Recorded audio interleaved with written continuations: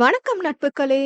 சிந்தையில் செதுக்கப்பட்ட கதைகளை உங்களின் செவி வழியே செலுத்தும் முயற்சியினூடே செழிலி ஆடியோ நாவல்ஸுக்கு உங்களை வரவேற்பது உங்கள் செழிலி. இன்னைக்கு நாம கேட்க போற கதை மௌனமாய் எரிகிறேன் காதலிலே. கதையின் குரலாய் நான் உங்கள் காமாட்சி. இந்த கதை உங்களுக்கு பிடிச்சிருந்தா லைக் பண்ணுங்க, ஷேர் பண்ணுங்க. கதைய பத்தின கருத்துக்களை மறக்காம கமெண்ட் பண்ணிடுங்க. எங்க சேனலை சப்ஸ்கிரைப் பண்ணிட்டு பக்கத்துல இருக்க பெல் ஐக்கான தட்டி விடுங்க. அப்பதான் நாங்க போடுற கதைகள் உங்களுக்கு உடனுக்குடனே கிடைக்கும். வாங்க கதைக்குள்ள போகலாம். மௌனம் 1. திரு நெல்லையப்பரும் காந்திமதி அம்மனும் வீற்றிருக்கும் நெல்லை மாநகரின் முக்கிய பகுதியில் அமைந்திருந்த இந்த வீட்டில் மணக்க மணக்க சமையலறையில் குழம்பி தயாரித்துக் கொண்டிருந்தார் வீட்டின் தலைவி சுப்புலட்சுமி. தன் பணியை முடித்தவர் தூங்கிக் கொண்டிருந்த தன் மகளை எவ்வளோ நேரம்தான் தூங்குவாளோ, சரியான கும்பகர்ணியா இருக்கா என மனதில் அர்ச்சித்துவிட்டு அவளை எழுப்பும் பொருட்டு சத்தமாக அழைக்க ஆரம்பித்தார். மலரு, அடியே மலரு, எந்திரிடி, எவ்வளவு நேரம் தூங்குவ என அவளை தட்டி எழுப்ப அதில் லேசாக விழித்தவளோ, சுப்பு கொஞ்ச நேரம் தூங்கிக்கிறேன் ப்ளீஸ் என எழும்ப மனமில்லாமல் கெஞ்ச, ஏய் மணி 5 ஆகுதுடி என அங்கிருந்த துணிகளை மடித்தவாறு சுப்பு கூற, 5 தானே ஆகுது, எதுக்கு இப்படி காலங்காத்தாலே எழுப்புற, நான் என்ன வேலைக்கா போக போறேன் என மீண்டும் திரும்பி படுத்தாள். அடியே, இது சாயந்தரம் 5 மணிடி, தூங்குனா உலகத்தையே மறந்துருவியா, கருமம் கருமம் என அவரின் வாய் அவளை வசைப்பாட, பொழுதுதான் ஜன்னல் வழியே வெளியே எட்டி பார்த்தாள் அந்த திட்டுக்களுக்கு சொந்தக்காரி. சூரியன் தன் கதிர்களை உள்ளிழுத்து கொண்டிருந்தது.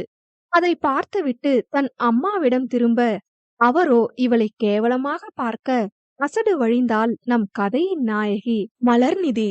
அது சுப்பு என இவள் சமாளிக்க வாயெடுக்க, அதற்குள் அவரோ, நீ எதுவும் சொல்ல வேண்டாம், எதையாவது காரணம் சொல்லி கேவலமா சமாளிப்ப, எந்திரிச்சு போய் மூஞ்ச கழுவிட்டு வந்து காஃபிய குடி என கூறிவிட்டு அறையை விட்டு வெளியே சென்றார்.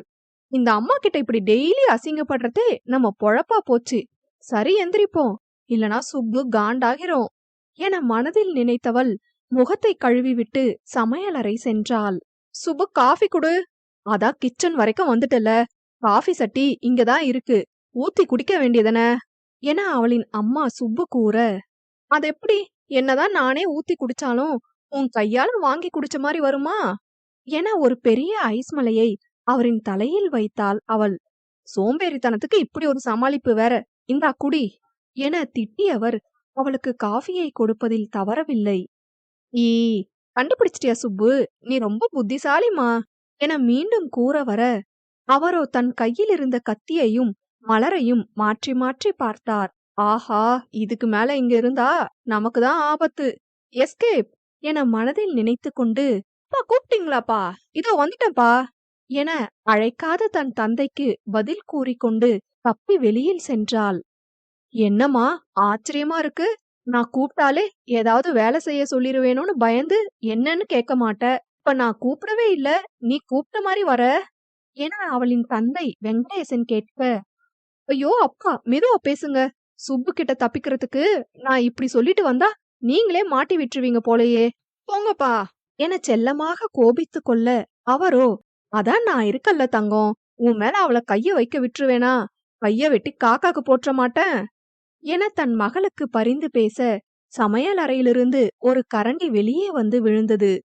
குட்டிமா, அப்பாக்கு வெளியே கொஞ்சம் வேலை இருக்கு, போயிட்டு வரேன் என தன் மனைவிக்கு பயந்து நாசுக்காக தப்பி சென்று விட்டார் இந்த பெரிய மனிதர். தன்னை கண்டு சிரித்த மலரோ தன் அன்னையிடம், சுப்பு, உனக்கு வர வர கோபம் அதிகமா வருது, இது நல்லதுக்குள்ள சொல்லிப்புட்டேன் என மீண்டும் தன் அன்னையை வம்பிழுக்க, அடுத்த கரண்டி வெளியே பறந்து வந்து விழுந்தது.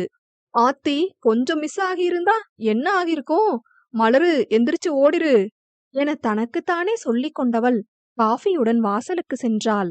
அப்படி தினமும் சுப்புவிடம் அசிங்கப்பட்டு சில பல அர்ச்சனைகளை வாங்குவதுதான் நம்ம மலருடைய வேலை. படித்தது இளங்கலை உளவியல், விரும்பி படித்ததுதான், சுட்டித்தனம் அதிகம். வெளியே தெருவில் இருக்கும் சிறுவர்களுடன் சேர்ந்து விளையாடுவது, கவிதை எழுதுவது, படம் வரைவது, இதெல்லாம் தான் நம்ம மலரின் பொழுதுபோக்கு.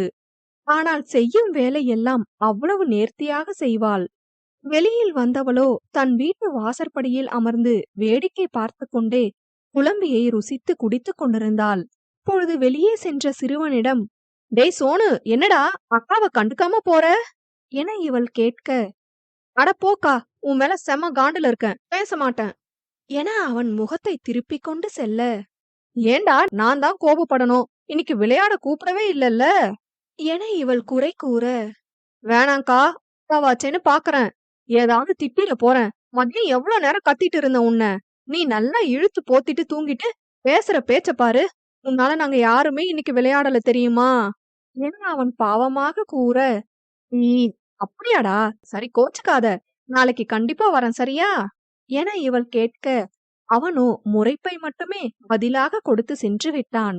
வர சின்ன பிள்ளைங்க கூட நம்மள மதிக்க மாட்டேங்குதுங்க, இப்படியே போனா நம்ம பொழப்பு நாரிடும் போல என மனதில் நினைத்தவாறு அமர்ந்திருக்க, பொழுது அங்கு ஒருவர் வந்தார். என்னம்மா மலர், எப்படி இருக்க என அவர் கேட்க, மணி தாத்தா, எப்படி இருக்கீங்க? நான் நல்லா இருக்கேன். புது வீட்டுக்கு போனதுல இருந்து என்ன பார்க்க வரவே இல்லல்ல நீங்க, போங்க தாத்தா என இவள் செல்லமாக கோபித்துக் கொள்ள, என்னடா பண்ண சொல்ற என்ன? என் மகன் அங்க வீடு கட்டினதுல இருந்து இங்க வர முடியல, எனக்கு இந்த வீடு தான் பிடிச்சிருக்கு, நாங்க இங்க இருக்கோம்னு சொன்னாலும் கேட்க மாட்டேங்கிறான், என் கூட தான் இருக்கணும்னு கூட்டிட்டு போயிட்டான், தூரமா இருக்கிறதுனால தாண்டா வர முடியல, கோச்சுக்காத தங்கம் என அவர் கூற, சரிங்க தாத்தா, உள்ள வாங்க என அவள் கூப்பிட, இல்லம்மா, அவசரமா போகணும், ஒரு விஷயம் சொல்லணும், அதான் வந்தேன், அம்மா எங்கடா என அவர் கேட்க, இவளும் சுப்புவை அழைத்தாள். அடட, வாங்கப்பா, உள்ள வாங்க என சுப்பு அவரை அழைக்க, என்னம்மா லக்ஷ்மி, எப்படி இருக்க? இந்தாடா எதிர்த்த வீட்டு சாவி, நாளைக்கு இங்க புதுசா ஒருத்தங்க குடி வர போறாங்க, அதான் சாவி உன்கிட்ட குடுத்துட்டு போலாமேன்னு வந்தேன். நான் ஆசையா கட்டின வீடு, பூட்டியே இருந்தா நல்லா இருக்காதுல்ல, அதான் வாடகைக்கு விடலாம்னு யோசிச்சேன். நாளைக்கு ஒரு தம்பி வந்து சாவி வாங்கும், கொடுத்துடு அவர்கிட்ட என இவர் கூற, சரிங்கப்பா, கொடுத்துறேன். குடும்பம் எப்படிப்பா, சின்ன குடும்பமா பெரிய குடும்பமா வரப்போறது? சின்ன குடும்பம்தாம்மா, பாட்டி பேரன் பேத்தி 3 பேர் தான், அந்த பையனும் நல்ல பையன்தான். சரிம்மா, நான் வரேன், மலர் பாய்மா என கூறி அவர் சென்று விட்டார். இங்கே மலரோ, அவர் சொல்றத பார்த்தா வயசு பையன்தான் தோணுது, ஐ சூப்பர், இனிமே நமக்கு என்டர்டைன்மெண்ட் தான், கடவுளே, வரவன் அழகா இருக்கணும், வயசு பொண்ணா இருந்துட்டு சைட்டு கூட அடிக்கலன்னா எப்படி, பார்க்கலாம் யாருன்னு என மனதில் நினைத்து கொண்டவள் எழுந்து உள்ளே சென்றாள்.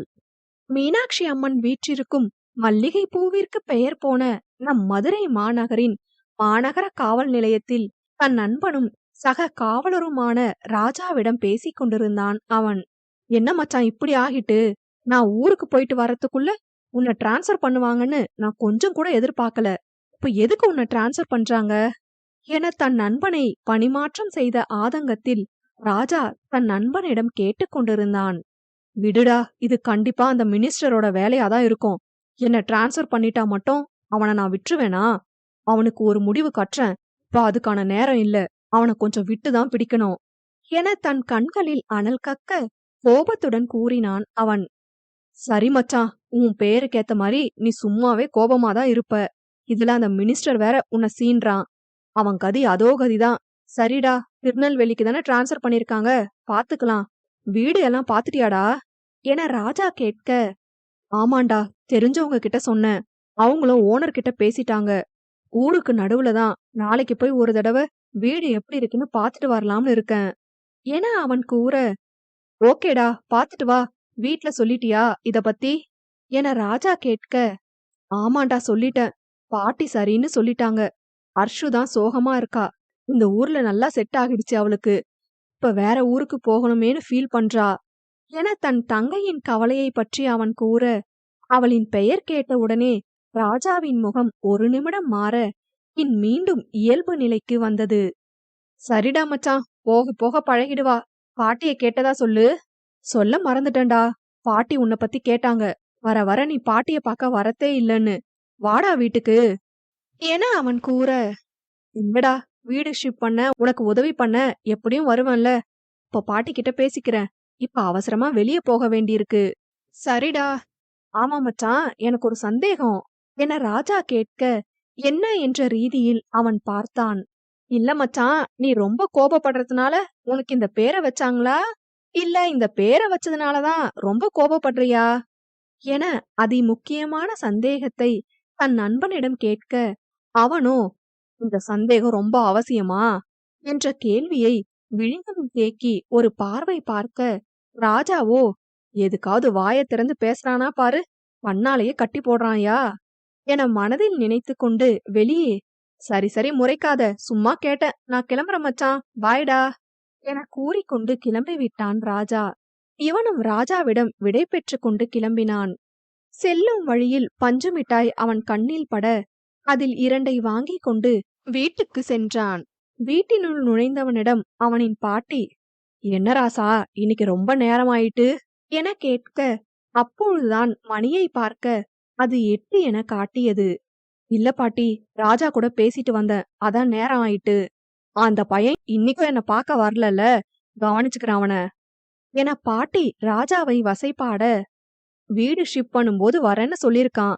ஹர்ஷு எங்க பாட்டி என அவன் அவன் தங்கையை தேட, காலையில இருந்து ரூமுக்குள்ளேயே இருக்காப்பா, சாப்பாடு கூட உள்ள போய் தான் கொடுத்துட்டு வந்தேன், நீ போய் என்னன்னு கேளு அவகிட்ட என பாட்டி கூற, அவளின் அறைக்கு சென்றான். கதவு திறந்திருக்க லேசாக தட்டினான். உள்ள வான, திறந்துதான் இருக்கு என உள்ளிருந்து குரல் கொடுத்தாள் அர்ஷினி. உள்ளே சென்றவன், ஹர்ஷு, இப்ப எதுக்கு இப்படி இருக்க? என் வேலை அப்படி, அடிக்கடி டிரான்ஸ்ஃபர் பண்ணதான் செய்வாங்க, இதுக்கெல்லாம் இப்படி இருப்பியா என கேட்க, அவள் பதில் கூறாமல் சோகமாக இருந்தாள். இவனோ தான் வாங்கி வந்த பஞ்சு மிட்டாயை அவள் அருகே வைத்துவிட்டு எதுவும் பேசாமல் அவனின் அறைக்கு சென்று விட்டான். அதனை கண்டவளோ, பாசத்தை கூட வெளிப்படையா காட்டாம மறைமுகமா காட்டிட்டு போறான் பாரு, பாவம், அண்ணனும் என்ன பண்ணுவான், நம்ம கவலைப்பட்டா அப்புறம் அதுவும் கவலைப்படும், வெளியே கூட காட்டிக்காது என மனதில் நினைத்து வருத்தப்பட்டவள் அவனின் அறைக்கு சென்று, அண்ணா சாப்பிடவா என தன்னை சகஜமாக ஆக்கிக் கொண்டு அவனை அழைக்க, அவனும் சிறு சிரிப்போடு சாப்பிட வந்தான். மூவரும் சாப்பிட அமர்ந்தனர். எப்ப நான் கிளம்புறோம் என சாப்பிட்டு கொண்டே அர்ஷினி கேட்க, நாளைக்கு நான் போய் வீட ஒரு தடவை பார்த்துட்டு வரேன், பிடிச்சிருந்தா நாளை கழிச்சு கிளம்பிடலாம் என கூற, சரிண்ணா, முதல்ல கொஞ்சம் கஷ்டமா இருந்துச்சு, இப்ப ஒண்ணுமில்ல, போக போக பழகிறோம் என தன் அண்ணன் தன்னால் கவலைப்படக்கூடாது என ஆறுதலாக கூறினாள். அவனும் சிறு சிரிப்போடு சாப்பிட்டு விட்டு உள்ளே சென்றான். டேய், ஒரு நிமிஷம் நில்லு என பாட்டி அவனை செல்ல விடாமல் தடுக்க, அவனோ என்ன என்ற ரீதியில் பார்த்தான். ஏண்டா இப்படி இருக்க? உனக்கு எங்க 2 பேர் மேலயும் பாசம் அதிகமா இருக்குன்னு எனக்கு நல்லாவே தெரியும், அதை ஏண்டா வெளிப்படையா காமிக்க மாட்டேங்கிற? என்னைக்காச்சும் சந்தோஷமா சிரிச்சிருக்கியா? இவ யாருடா? உன் தங்கச்சி தானே, அவகிட்ட உரிமையா பாசமா பேசுறதுக்கு உனக்கு என்ன? எத்தனை நாளைக்குடா நீ இப்படியே இருக்க போற என பாட்டி ஆதங்கமாய் அவனிடம் கேட்க, அவனோ, பாட்டி ப்ளீஸ், உங்களுக்கு தெரியாதது ஒண்ணுமில்ல, நான் இப்படி இருக்கிறது தான் உங்க எல்லாருக்கும் நல்லது, என்னை இப்படியே விடுங்க என அவன் கோபமாக கூற, அர்ஷினி அவனிடம், அண்ணா நீ போய் தூங்குனா, நான் பாட்டி கிட்ட பேசிக்கிறேன் என அவனை அனுப்பி வைத்தாள். அவன் சென்ற பின்பு அர்ஷினி, பாட்டி, அண்ணனை ஏதும் கேட்காதீங்க, அவன் பாவம், நீங்க இத கேட்டாலும் அவன் மாற மாட்டான், அவன் பழச நினைச்சு இன்னும் கவலையாதான் ஆகுவான் பாட்டி என தன் அண்ணனுக்கு பரிந்து பேச, அது இல்லடிமா, அவனுக்கு இப்ப வயசு 25 ஆகுது, கிட்டத்தட்ட கல்யாண வயசு வந்துட்டு, இவன் இப்படியே உருன்னு ஒழுங்கா பேசாம இருந்தா அவனுக்கு வரப்போற பொண்ணு என்ன நினைப்பா சொல்லு என அவனின் எதிர்காலத்தை நினைத்து பாட்டி கவலைப்பட, அட மங்களம், இதுக்குதான் கவலைப்படுறியா? அதெல்லாம் வர பொண்ணு இவனை மாத்திடும், அத பத்தி நீ கவலைப்படாத மங்களம், சரியா என வேண்டுமென்றே தன் பாட்டியை வம்பிழுக்க, அவரின் பெயர் சொல்லி அழைக்க அதில் கடுப்பான பாட்டியோ, அடியே, என்ன தைரியம் இருந்தா என்ன பேர் சொல்லி கூப்பிடுவ என அடிக்க துரத்த, அவர் கைகளில் பிடிபடாமல், குட் நைட் மங்களம் என கூறிக்கொண்டே தன் அறைக்கு ஓடிவிட்டாள். சிறிது நேரத்தில் அனைவரையும் நித்ராதேவி ஆட்கொள்ள அனைவரும் உறங்கினர். அங்கே மலரோ தன் தோழி விதுஷாவுடன் அலைபேசியில் பேசிக் கொண்டிருந்தாள். என்னடி இந்த நேரத்துல கால் பண்ணிருக்க, என்ன விஷயம் என மலர் கேட்க, அது மச்சி, நான் என விதுஷா இழுக்க, இழுவையே சரியில்லையே, சட்டுபுட்டுன்னு விஷயத்துக்கு வாடி பண்ணி என கடுப்பாகி மலர் கேட்க, நான் என் மாமா பையன் ரகுவல் லவ் பண்றேன்னு நினைக்கிறேன்டி என விதுஷா வெட்கப்பட்டு கொண்டே கூற, அடிப்பாவி, இது எப்போ? அந்த வேலையை நீயும் ஆரம்பிச்சிட்டியா என மலர் கேட்க, ஆமாண்டி, திடீர்னு தான் மனசு முழுக்க அவன்தான் இருக்கான் என மீண்டும் வெட்கப்பட்டு கொண்டே கூற, நல்லா தானடி இருந்த, புசுக்குன்னு எங்க இருந்துடி வருது இந்த லவ்வு என சலித்துக் கொண்டு மலர் கேட்க, போடி ரொம்பதான் சலிச்சுக்கிற, நீ இதெல்லாம் பண்ணாமையா இருக்க போற என விதுஷா கோபப்பட்டு கேட்க, சேச்ச, நான் ஒன்லி சைட்டு மட்டும்தான், இந்த காதல் கத்திரிக்காயெல்லாம் எனக்கு செட் ஆகாது என பிற்காலத்தில் ஒருவன் பின் காதல் கொண்டு அலையப் போவது தெரியாமல் சவாலாக கூறினாள். பாக்கதானே போறேன், என் சாபொண்டி, நீ ஒருத்தன் பின்னாடி காதலிச்சு லோலோன்னு அலைய போற, உன்னை அவன் ரொம்ப அலைய வைப்பான் பாரு என தான் விளையாட்டாய் கூறுவது நிஜமாக நிகழப்போவது அறியாமல் விதுஷாவும் சாபம் விடுகிறாள். ஆஹா, அதையும் பாத்துரலாம், என்னையும் அலைய வைப்பானா, பாக்கலாம். சரிடி, எப்படியோ காதல்ல விழுந்துட்ட, நல்லா இருந்துட்டு போ, எனக்கு தூக்கம் வருது, நாளைக்கு பேசுறேன், பாய்டி என கூறிவிட்டு நிம்மதியாக தூங்க செல்ல, விதியோ இந்த நிம்மதியான தூக்கம் எல்லாம் உனக்கு கொஞ்ச நாள்தான் என அவளை பார்த்து சிரித்தது. மௌனம் 2. சிறிது நேரத்தில் மலரையும் நித்ரன் ஆட்கொள்ள அவளும் ஆழ்ந்த உறக்கத்திற்கு சென்றாள். நேரம் கடக்க ஆதவன் தன் ஒளிக்கதிர்களை நிலமகளின் மேல் பரவவிட்டு தன் பணியை செவ்வனே செய்து கொண்டிருந்தான். சீக்கிரம் எழுந்து குளித்து கிளம்பியவன் தன் பாட்டியிடம், பாட்டி, நான் திருநெல்வேலி போயிட்டு வீடு எப்படி இருக்குன்னு பாத்துட்டு வரேன் என அவன் கூற, சரி ராசா, பாத்து போயிட்டு வா என தன் பேரனை வழியனுப்பி வைத்தார் மங்களம் பாட்டி. காலை 7 மணி அளவில் மதுரையிலிருந்து திருநெல்வேலிக்கு பேருந்து ஏறினான் அவன். 9 மணி அளவில் ஜன்னலின் வழியே ஊடுருவிய கதிரவனின் கதிர்கள் மலரின் முகத்தில் விழ கண்ணை கசக்கிக் கொண்டு சிறிதாக கண் விழித்தாள் மலர்நிதி. எழுந்து அமர்ந்தவளின் மனதில் ஏனோ இனம் புரியாத ஓர் உணர்வு. அது மகிழ்ச்சியா, கவலையா, கலக்கமா என அவளாலேயே பிரித்தறிய முடியவில்லை. யோசனையோடே பல் துலக்கிவிட்டு சமையலறைக்கு சென்று தன் தாயிடம், அம்மா காஃபிமா என இவள் எங்கோ பார்த்தவாறு கேட்க, மலரு, மழை பெய்தா வெளிய என சுப்பு கேட்க, இவளும் யோசனையுடன் வெளியில் சென்று பார்த்துவிட்டு வந்து, இல்லம்மா, வெயில் தான் அடிக்குது என்றாள். ஓ அப்படியா, இனிமேதான் பெய்யும் போல என சிரிப்பை அடக்கியவாறு கூற, என்னம்மா பேசுற நீ என இவள் புரியாமல் கேட்க, என் பொண்ணு அதிசயமா என்ன பேர் சொல்லி கூப்பிடாம அம்மான்னு கூப்பிடுறாளே, அதான் மழை பெய்யுதான்னு கேட்டேன் என சிரித்து கொண்டே கூற, மா போமா, நானே கடுப்புல இருக்கேன், நீயும் இப்படி பண்ற என மலர் சினுங்க, அதான் தெரியுமே, நீ உனக்கு மனசு சரியில்லைனாதான் அம்மான்னு கூப்பிடுவ, சரி சொல்லு, என்னாச்சு என் மலருக்கு என சுப்புலக்ஷ்மி கேட்க, தெரியலமா, கஷ்டமா இருக்குன்னு சொல்ல முடியல, சந்தோஷமா இருக்குன்னு சொல்ல முடியல, சம்திங் அன்டிஸ்கிரைப்டு ஃபீல்மா என மலர் தன் மனநிலையை ஆங்கிலத்தில் கூற, எது அண்டிப்பருப்பு ஃபீலிங்கா, அது என்னடி என தன் மகளை சிரிக்க வைக்க வேண்டுமென்றே தவறாக சொல்ல, அவளோ, மா, அண்டிப்பருப்பு ஃபீலிங் இல்லம்மா, அன்டிஸ்கிரைப்டு ஃபீல்மா அது, ஐயோ ஐயோ என வராத வர வைத்து சிரித்தாள். சரிடி, ரொம்ப சிரிக்காத, வாய்க்குள்ள நுழைய மாட்டேங்குது, நான் என்ன பண்ண, இந்தா காஃபிய வாங்கிட்டு கிளம்பு என அவளின் கையில் குழம்பியை கொடுத்து அவளை வெளியில் அனுப்ப, அவளோ, ரொம்ப நடிக்காத சுப்பு, உன்னை பத்தி எனக்கு தெரியாதா, நான் சிரிக்கணும்னு தானே நீ அப்படி சொன்ன, ஐ நோ யூ சுப்பு என காஃபியை குடித்தவாறு கூறிக்கொண்டே சமையல் அறையிலிருந்து வெளியே சென்றாள். என்னடி சொல்ற, நான் ஏன் நடிக்கணும், எனக்கு வேற வேலை இல்ல பாரு என தன் கூற்றை தன் மகள் கண்டுபிடித்ததில் சலித்து கொண்டு கூறினார் சுப்புலக்ஷ்மி.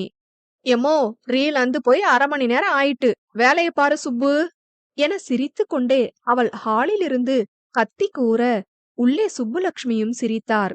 அம்மாவுக்கும் மகளுக்கும் நடுவில் அவ்வளவு புரிதல் இருக்கிறது.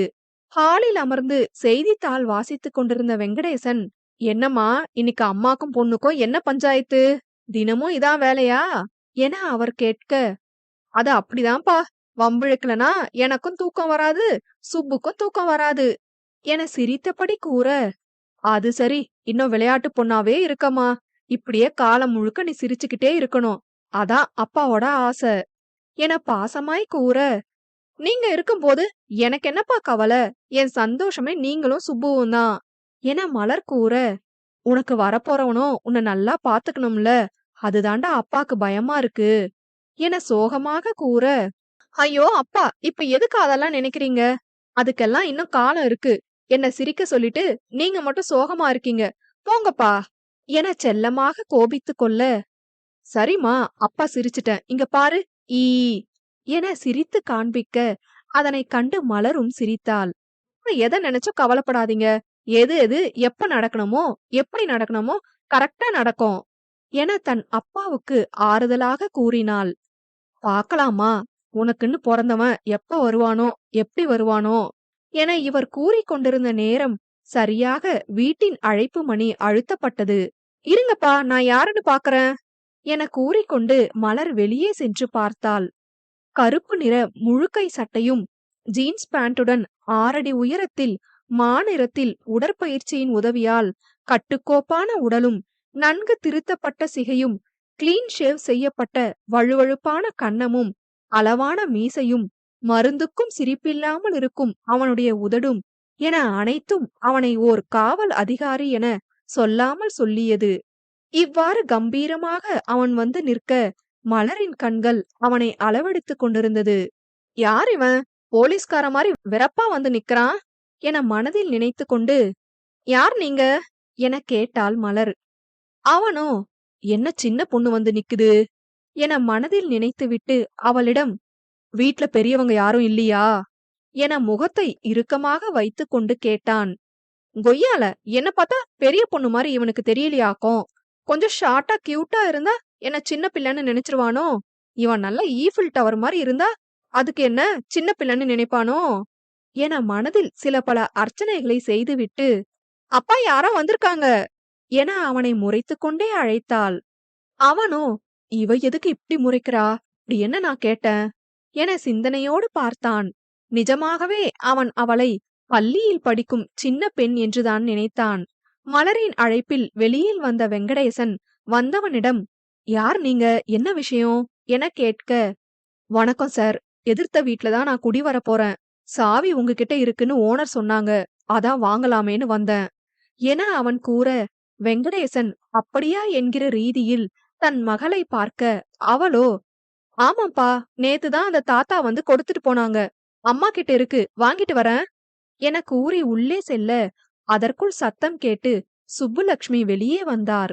மா, நேத்து தாத்தா சாவி கொடுத்தாங்கல்ல, அதை எடுத்துட்டு வா, இவங்க தான் குடி வர போறாங்களாம் என தன் அம்மாவிடம் மலர் விளக்க, ஓ அப்படியா, இதோ எடுத்துட்டு வரேன் தம்பி என கூறிக்கொண்டு உள்ளே சென்றார்.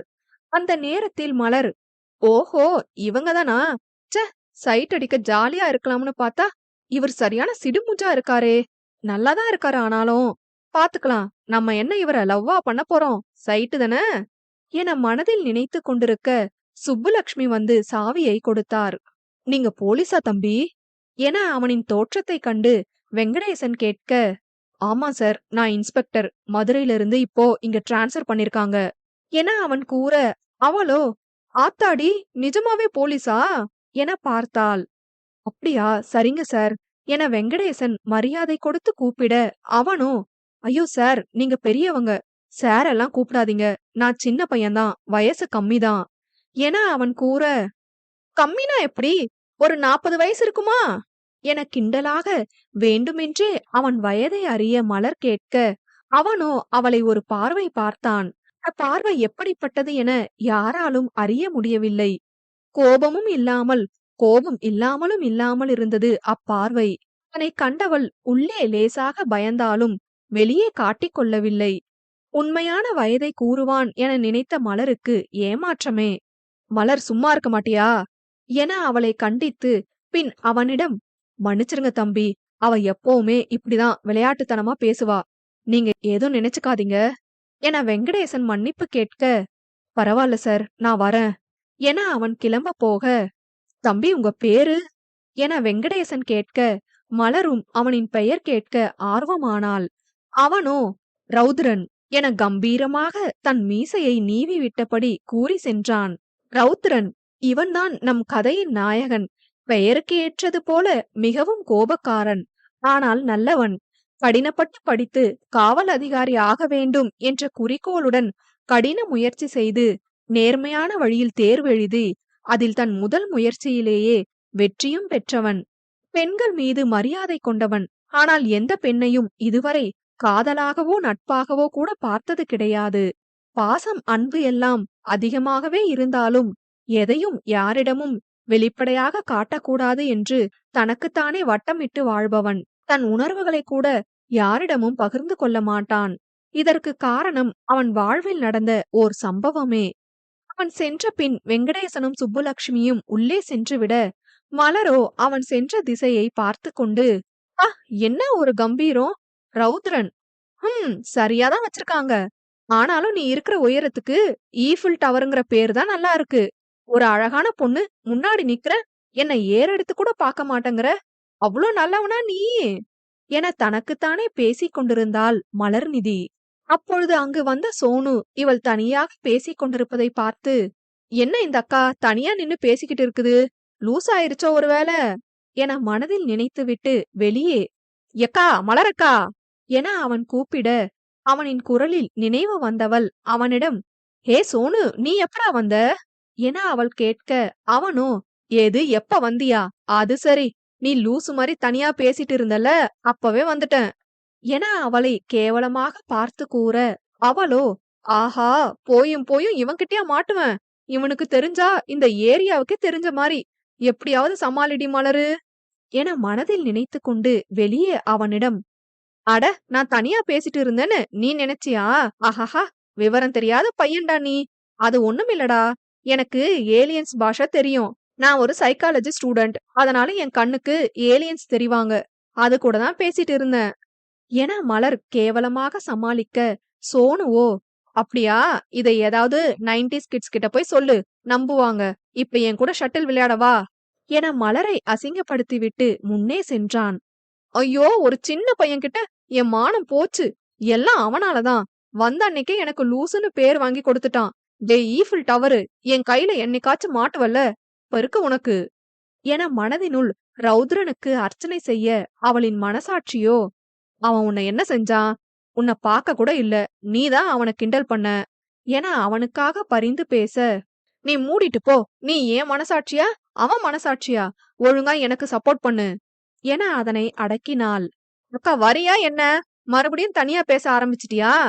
என சோனுவின் குரல் கேட்க, "இதோ வந்துட்டேன்டா" என சோனுவுக்கும், "மா, நான் விளையாட போறேன்" என தன் அம்மாவுக்கும் கூறிவிட்டு தெருவில் சோனுவுடன் விளையாட சென்றாள். ரௌத்ரனோ 1/4 மணி நேரமாக உள்ளே வீட்டை சுற்றி பார்த்துவிட்டு, "பரவாயில்ல, வீடு நல்லா இருக்கு. அர்ஷுக்கு கண்டிப்பா வீடு பிடிக்கும்" என மனதினுள் நினைத்துவிட்டு தனது அலைபேசியில் வீட்டை சுற்றி வீடியோ எடுத்துவிட்டு பின் ஓனருக்கு அழைப்பு விடுத்து தனக்கு வீடு பிடித்திருப்பதாகவும் நாளைக்கே குடிவரப் போவதாகவும் கூறினான்.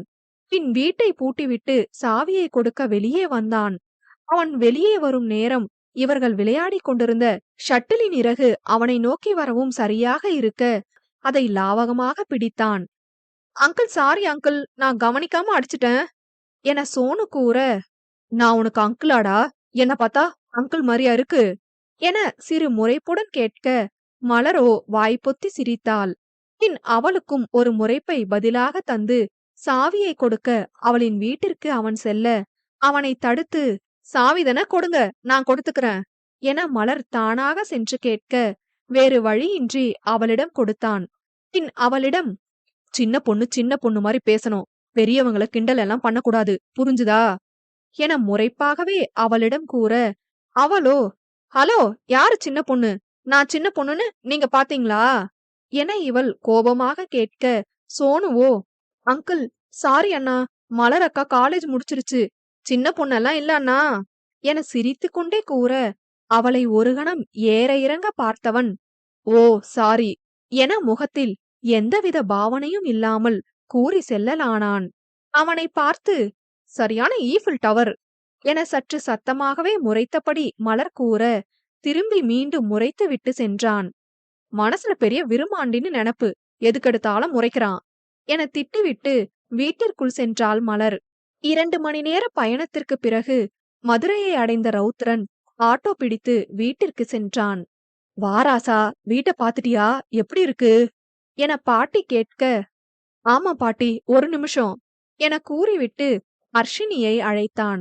அவளும் வெளியே வர இருவரிடமும், வீடு பாத்துட்டேன், பாதுகாப்பான ஏரியாதான், எனக்கு ரொம்ப பிடிச்சிருக்கு, உனக்கும் கண்டிப்பா பிடிக்கும் அர்ஷு, வீடியோ எடுத்துட்டு வந்தேன், இந்தா பாரு என தன் அலைபேசியில் எடுத்த வீடியோவை அவளிடம் காட்ட, அர்ஷுவோ, அண்ணா உனக்கு பிடிச்சிருக்குல்ல, அது போதும், எதுக்கு வீடியோ எல்லாம் என கூறி வீடியோவை பார்க்காமலே அவனிடம் கொடுத்து விட்டாள். தன்மேல் தன் தங்கை கொண்ட நம்பிக்கையை எண்ணி அகமகிழ்ந்தவனோ வெளியே லேசாக சிரித்தான்.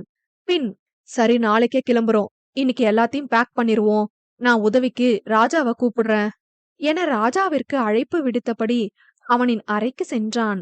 ராஜா வரப்போகிறான் என்ற களிப்பில் அர்ஷினி சிரித்துக்கொண்டே தன் அறைக்கு சென்றவள் அங்கே கண்ணாடியில் ஒருமுறை தன்னை சரிபார்த்துவிட்டு சிரித்து கொண்டாள். சிறிது நேரத்தில் ராஜாவும் வந்தான். அவனை கண்ட மங்களம் பாட்டியோ வேண்டுமென்றே அவனை கண்டு கொள்ளாமல் தன் வேலையை பார்த்து கொண்டிருந்தார். டார்லிங், எப்படி இருக்கீங்க என ராஜா பாட்டியிடம் நலம் விசாரிக்க, பாட்டியோ, ரௌத்ரா உன்னை பார்க்க யாரோ வந்திருக்காங்க, வந்து யாருன்னு பாரு என சத்தமாக கூறிவிட்டு மீண்டும் தன் வேலையை தொடர்ந்தார். அதனை கேட்ட ராஜாவோ, யாரோவா யாரோவா யாரோவா என ஒவ்வொரு பக்கமும் திரும்பி எதிரொலிப்பது போன்ற பாவனை செய்ய, பாட்டியோ, வர வர கொசு தொல்லை தாங்கல, அடிச்சு சாகடிக்கணும் என எங்கோ பார்த்தபடி கூற, ராஜா அவரை சமாதானம் செய்ய ஆரம்பித்தான். டார்லிங், கோவப்படாதீங்க ப்ளீஸ், கொஞ்சம் வேலை அதிகம், அதான் வர முடியல, உங்க செல்லத்தை மன்னிக்க மாட்டீங்களா, மீ பாவம் என முகத்தை பாவமாக வைத்துக்கொண்டு சொல்ல, பாட்டி சிரித்து விட்டார்.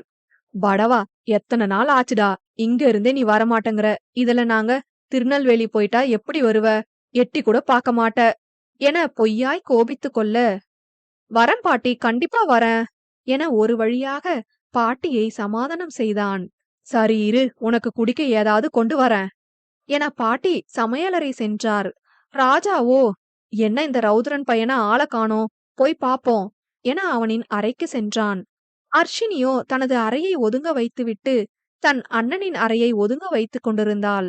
ராஜாவோ ரௌத்ரன்தான் இருக்கிறான் என சட்டென மச்சான் என கத்திக்கொண்டே உள்ளே வர, இவனின் சத்தம் கேட்டு திடுக்கிட்ட அர்ஷினி விழப்போக அவளை தாங்கி பிடித்தான் ராஜா.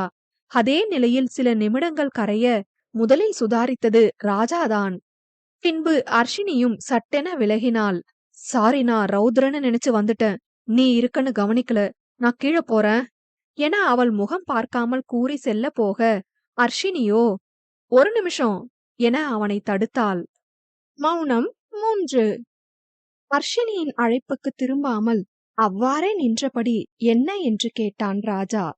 ராஜ், இனிமே நீங்க நிம்மதியா இருப்பீங்கல்ல என விரக்தியாய் கேட்க, இங்க பாரு அர்ஷினி, நீ நினைக்கிறது கண்டிப்பா நடக்காது, வீணா மனசுல ஆசைய வளர்த்துக்காத என அவள் முகம் பாராமல் அவன் பதில் கூற, ஏன் ராஜ், என் முகத்தை கூட உங்களுக்கு பார்க்க பிடிக்கலையா, இல்ல பார்த்தா உங்களை அறியாம உங்க காதல் வெளியே வந்துரும்னு பயப்படுறீங்களா என அர்ஷினி கேட்க, சட்டென அவள் புறம் திரும்பினான் உணர்ச்சிகளை கட்டுப்படுத்தியவாறு.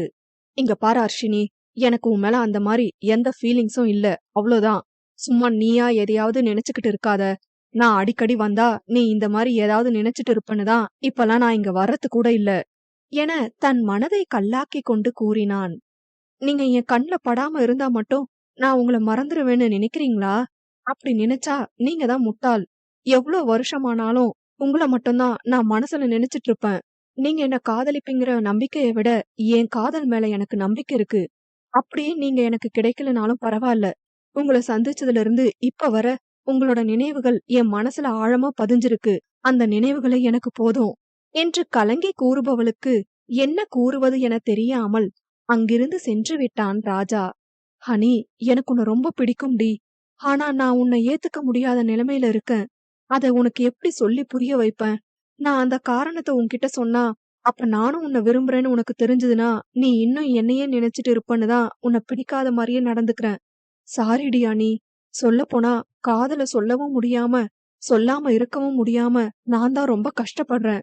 உன்னை அடிக்கடி பார்த்தா உன் மேல உள்ள காதல் கூடிக்கிட்டே தான் போகுது, அதான் நான் அடிக்கடி வராம இருக்கேன். லவ் யூ அனி என மானசீகமாக தன் காதலிக்கு தன் காதலையும் அதனை ஏற்காமல் அவளை கஷ்டப்படுத்துவதற்கு மன்னிப்பும் கேட்டுக்கொண்டிருந்தான். பொழுது அங்கு வந்த ரௌத்ரன் அவன் ஏதோ யோசனையில் வருவதை பார்த்து, என்னடா என்ன யோசனை என கேட்க, அதனை கவனிக்காத ராஜா சிந்தனையில் இருந்தான். டேய் ராஜா, உன்னதான் கேக்குறேன் என ரௌத்ரன் அவன் தோளை தொட்டு உலுக்க, பொழுதுதான் நினைவிற்கு வந்தான்.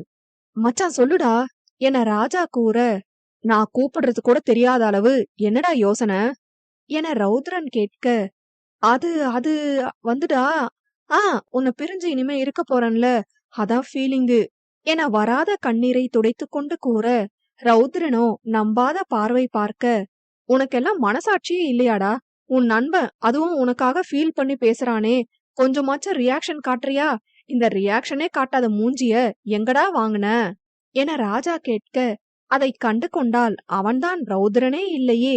வழக்கம் போல் அதனை சட்டை செய்யாமல், வந்து வேலைய பாருடா என கூறிவிட்டு சென்று விட்டான்.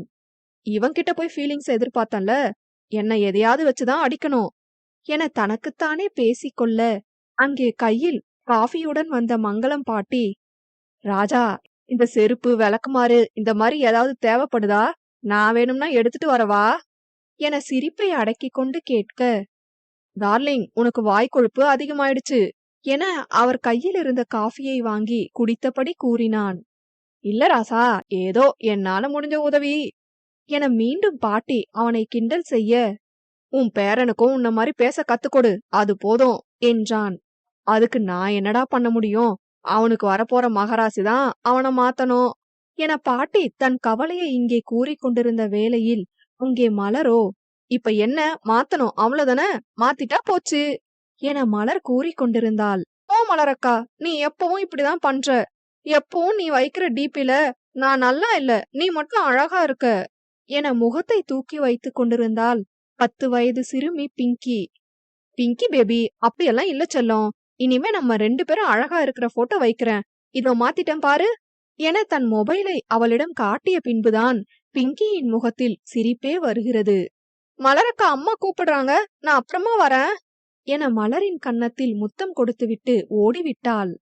ஏண்டி, உன் வயசு பொண்ணுங்க எல்லாம் அவ அவங்க ஆளு கூட சுத்திட்டு கடலை போட்டுக்கிட்டு இருக்காளுங்க, நீ என்னடானா இன்னும் சின்ன பசங்க கூட விளையாடிட்டு இருக்க என தலையில் அடித்தபடி சுப்புலக்ஷ்மி கூற, சுப்பு, ஒரு அம்மா மாதிரியும் நீ பேசுற, நான் அந்த மாதிரி எதுவும் பண்ண மாட்டேங்கிற தைரியத்துல சொல்றியோ என மலர் கேட்க, அதெல்லாம் இல்லடி, நீ தப்பா எந்த முடிவும் எடுக்க மாட்டேன்னு எனக்கு தெரியும், அப்புறம் எதுக்குடி நான் பயப்படணும், நீ எந்த முடிவு எடுத்தாலும் எனக்கு ஓகே தான் என அவளின் தலையை வருடியவாறு கூற, இப்படியெல்லாம் நம்பாத சுப்பு, திடீர்னு ஒரு நாள் எவனையாவது இழுத்துட்டு ஓடி வந்துருவேன் பாத்துக்கோ என அவள் விளையாட்டாக கூற, யாரு நீயா என கேட்டவாறு அவளை மேலும் கீழும் ஒரு பார்வை பார்த்துவிட்டு, நீ அதுக்கெல்லாம் சரிப்பட்டு வரமாட்ட என வாய்ப்பொத்தி சிரித்தவாறு கூற, சுப்பு, நீ இப்படியே நம்பிட்டு இரு, ஒரு நாள் நான் சொன்னதை செய்யறேன் என சவாலாக கூற, நீ எப்படியும் என்ன செஞ்சாலும் என்கிட்ட சொல்ல போற, அப்புறம் என்ன,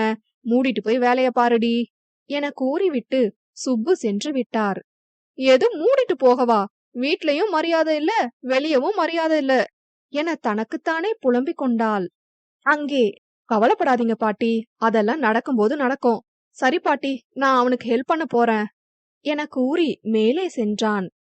அர்ஷினி இருப்பதால் தயங்கியபடி சென்றவன், மச்சான் என வெளியே நின்றே அழைக்க, உள்ள வாடா என குரல் கொடுத்தான் ரௌத்ரன். இப்பொழுதுதான் முதல் முறை பார்ப்பது போல அர்ஷினியிடம், என்ன அர்ஷினி, எப்படி இருக்க என இவன் நலம் விசாரிக்க, அவளோ, அடப்பாவி, எப்படி நடிக்கிறான் பாரு, சரியான ஃப்ராடு என மனதினுள் அர்ச்சித்து பதில் சொல்லாமல் இருக்க, அர்ஷு, அவன் உன்னதான் கேக்குறான், நீ என்ன எதையோ யோசிச்சுட்டு நிக்கிற என ரௌத்ரன் கேட்க, அது ஒண்ணுமில்லனா, ஏதோ ஒரு யோசனையில இருந்தேன் என ரௌத்ரனிடம் கூறிவிட்டு பின் ராஜாவிடம், நான் தானே ரொம்ப நல்லா இருக்கேன், நீங்க எப்படி இருக்கீங்க என அழுத்தமாய் கூறி கேட்க, நல்லா இருக்கேன் என கூறிவிட்டு, சரி மச்சான், வா வேலைய பாப்போம் என ரௌத்ரனை அழைக்க, டேய், எங்கடா கூப்பிடுற, இங்கதான் வேலை, இங்க இருக்கிற திங்ஸ் எல்லாம் பேக் பண்ணணும் என ரௌத்ரன் கூற, ஏது இங்கயா என அதிர்ச்சியாக கேட்டான்.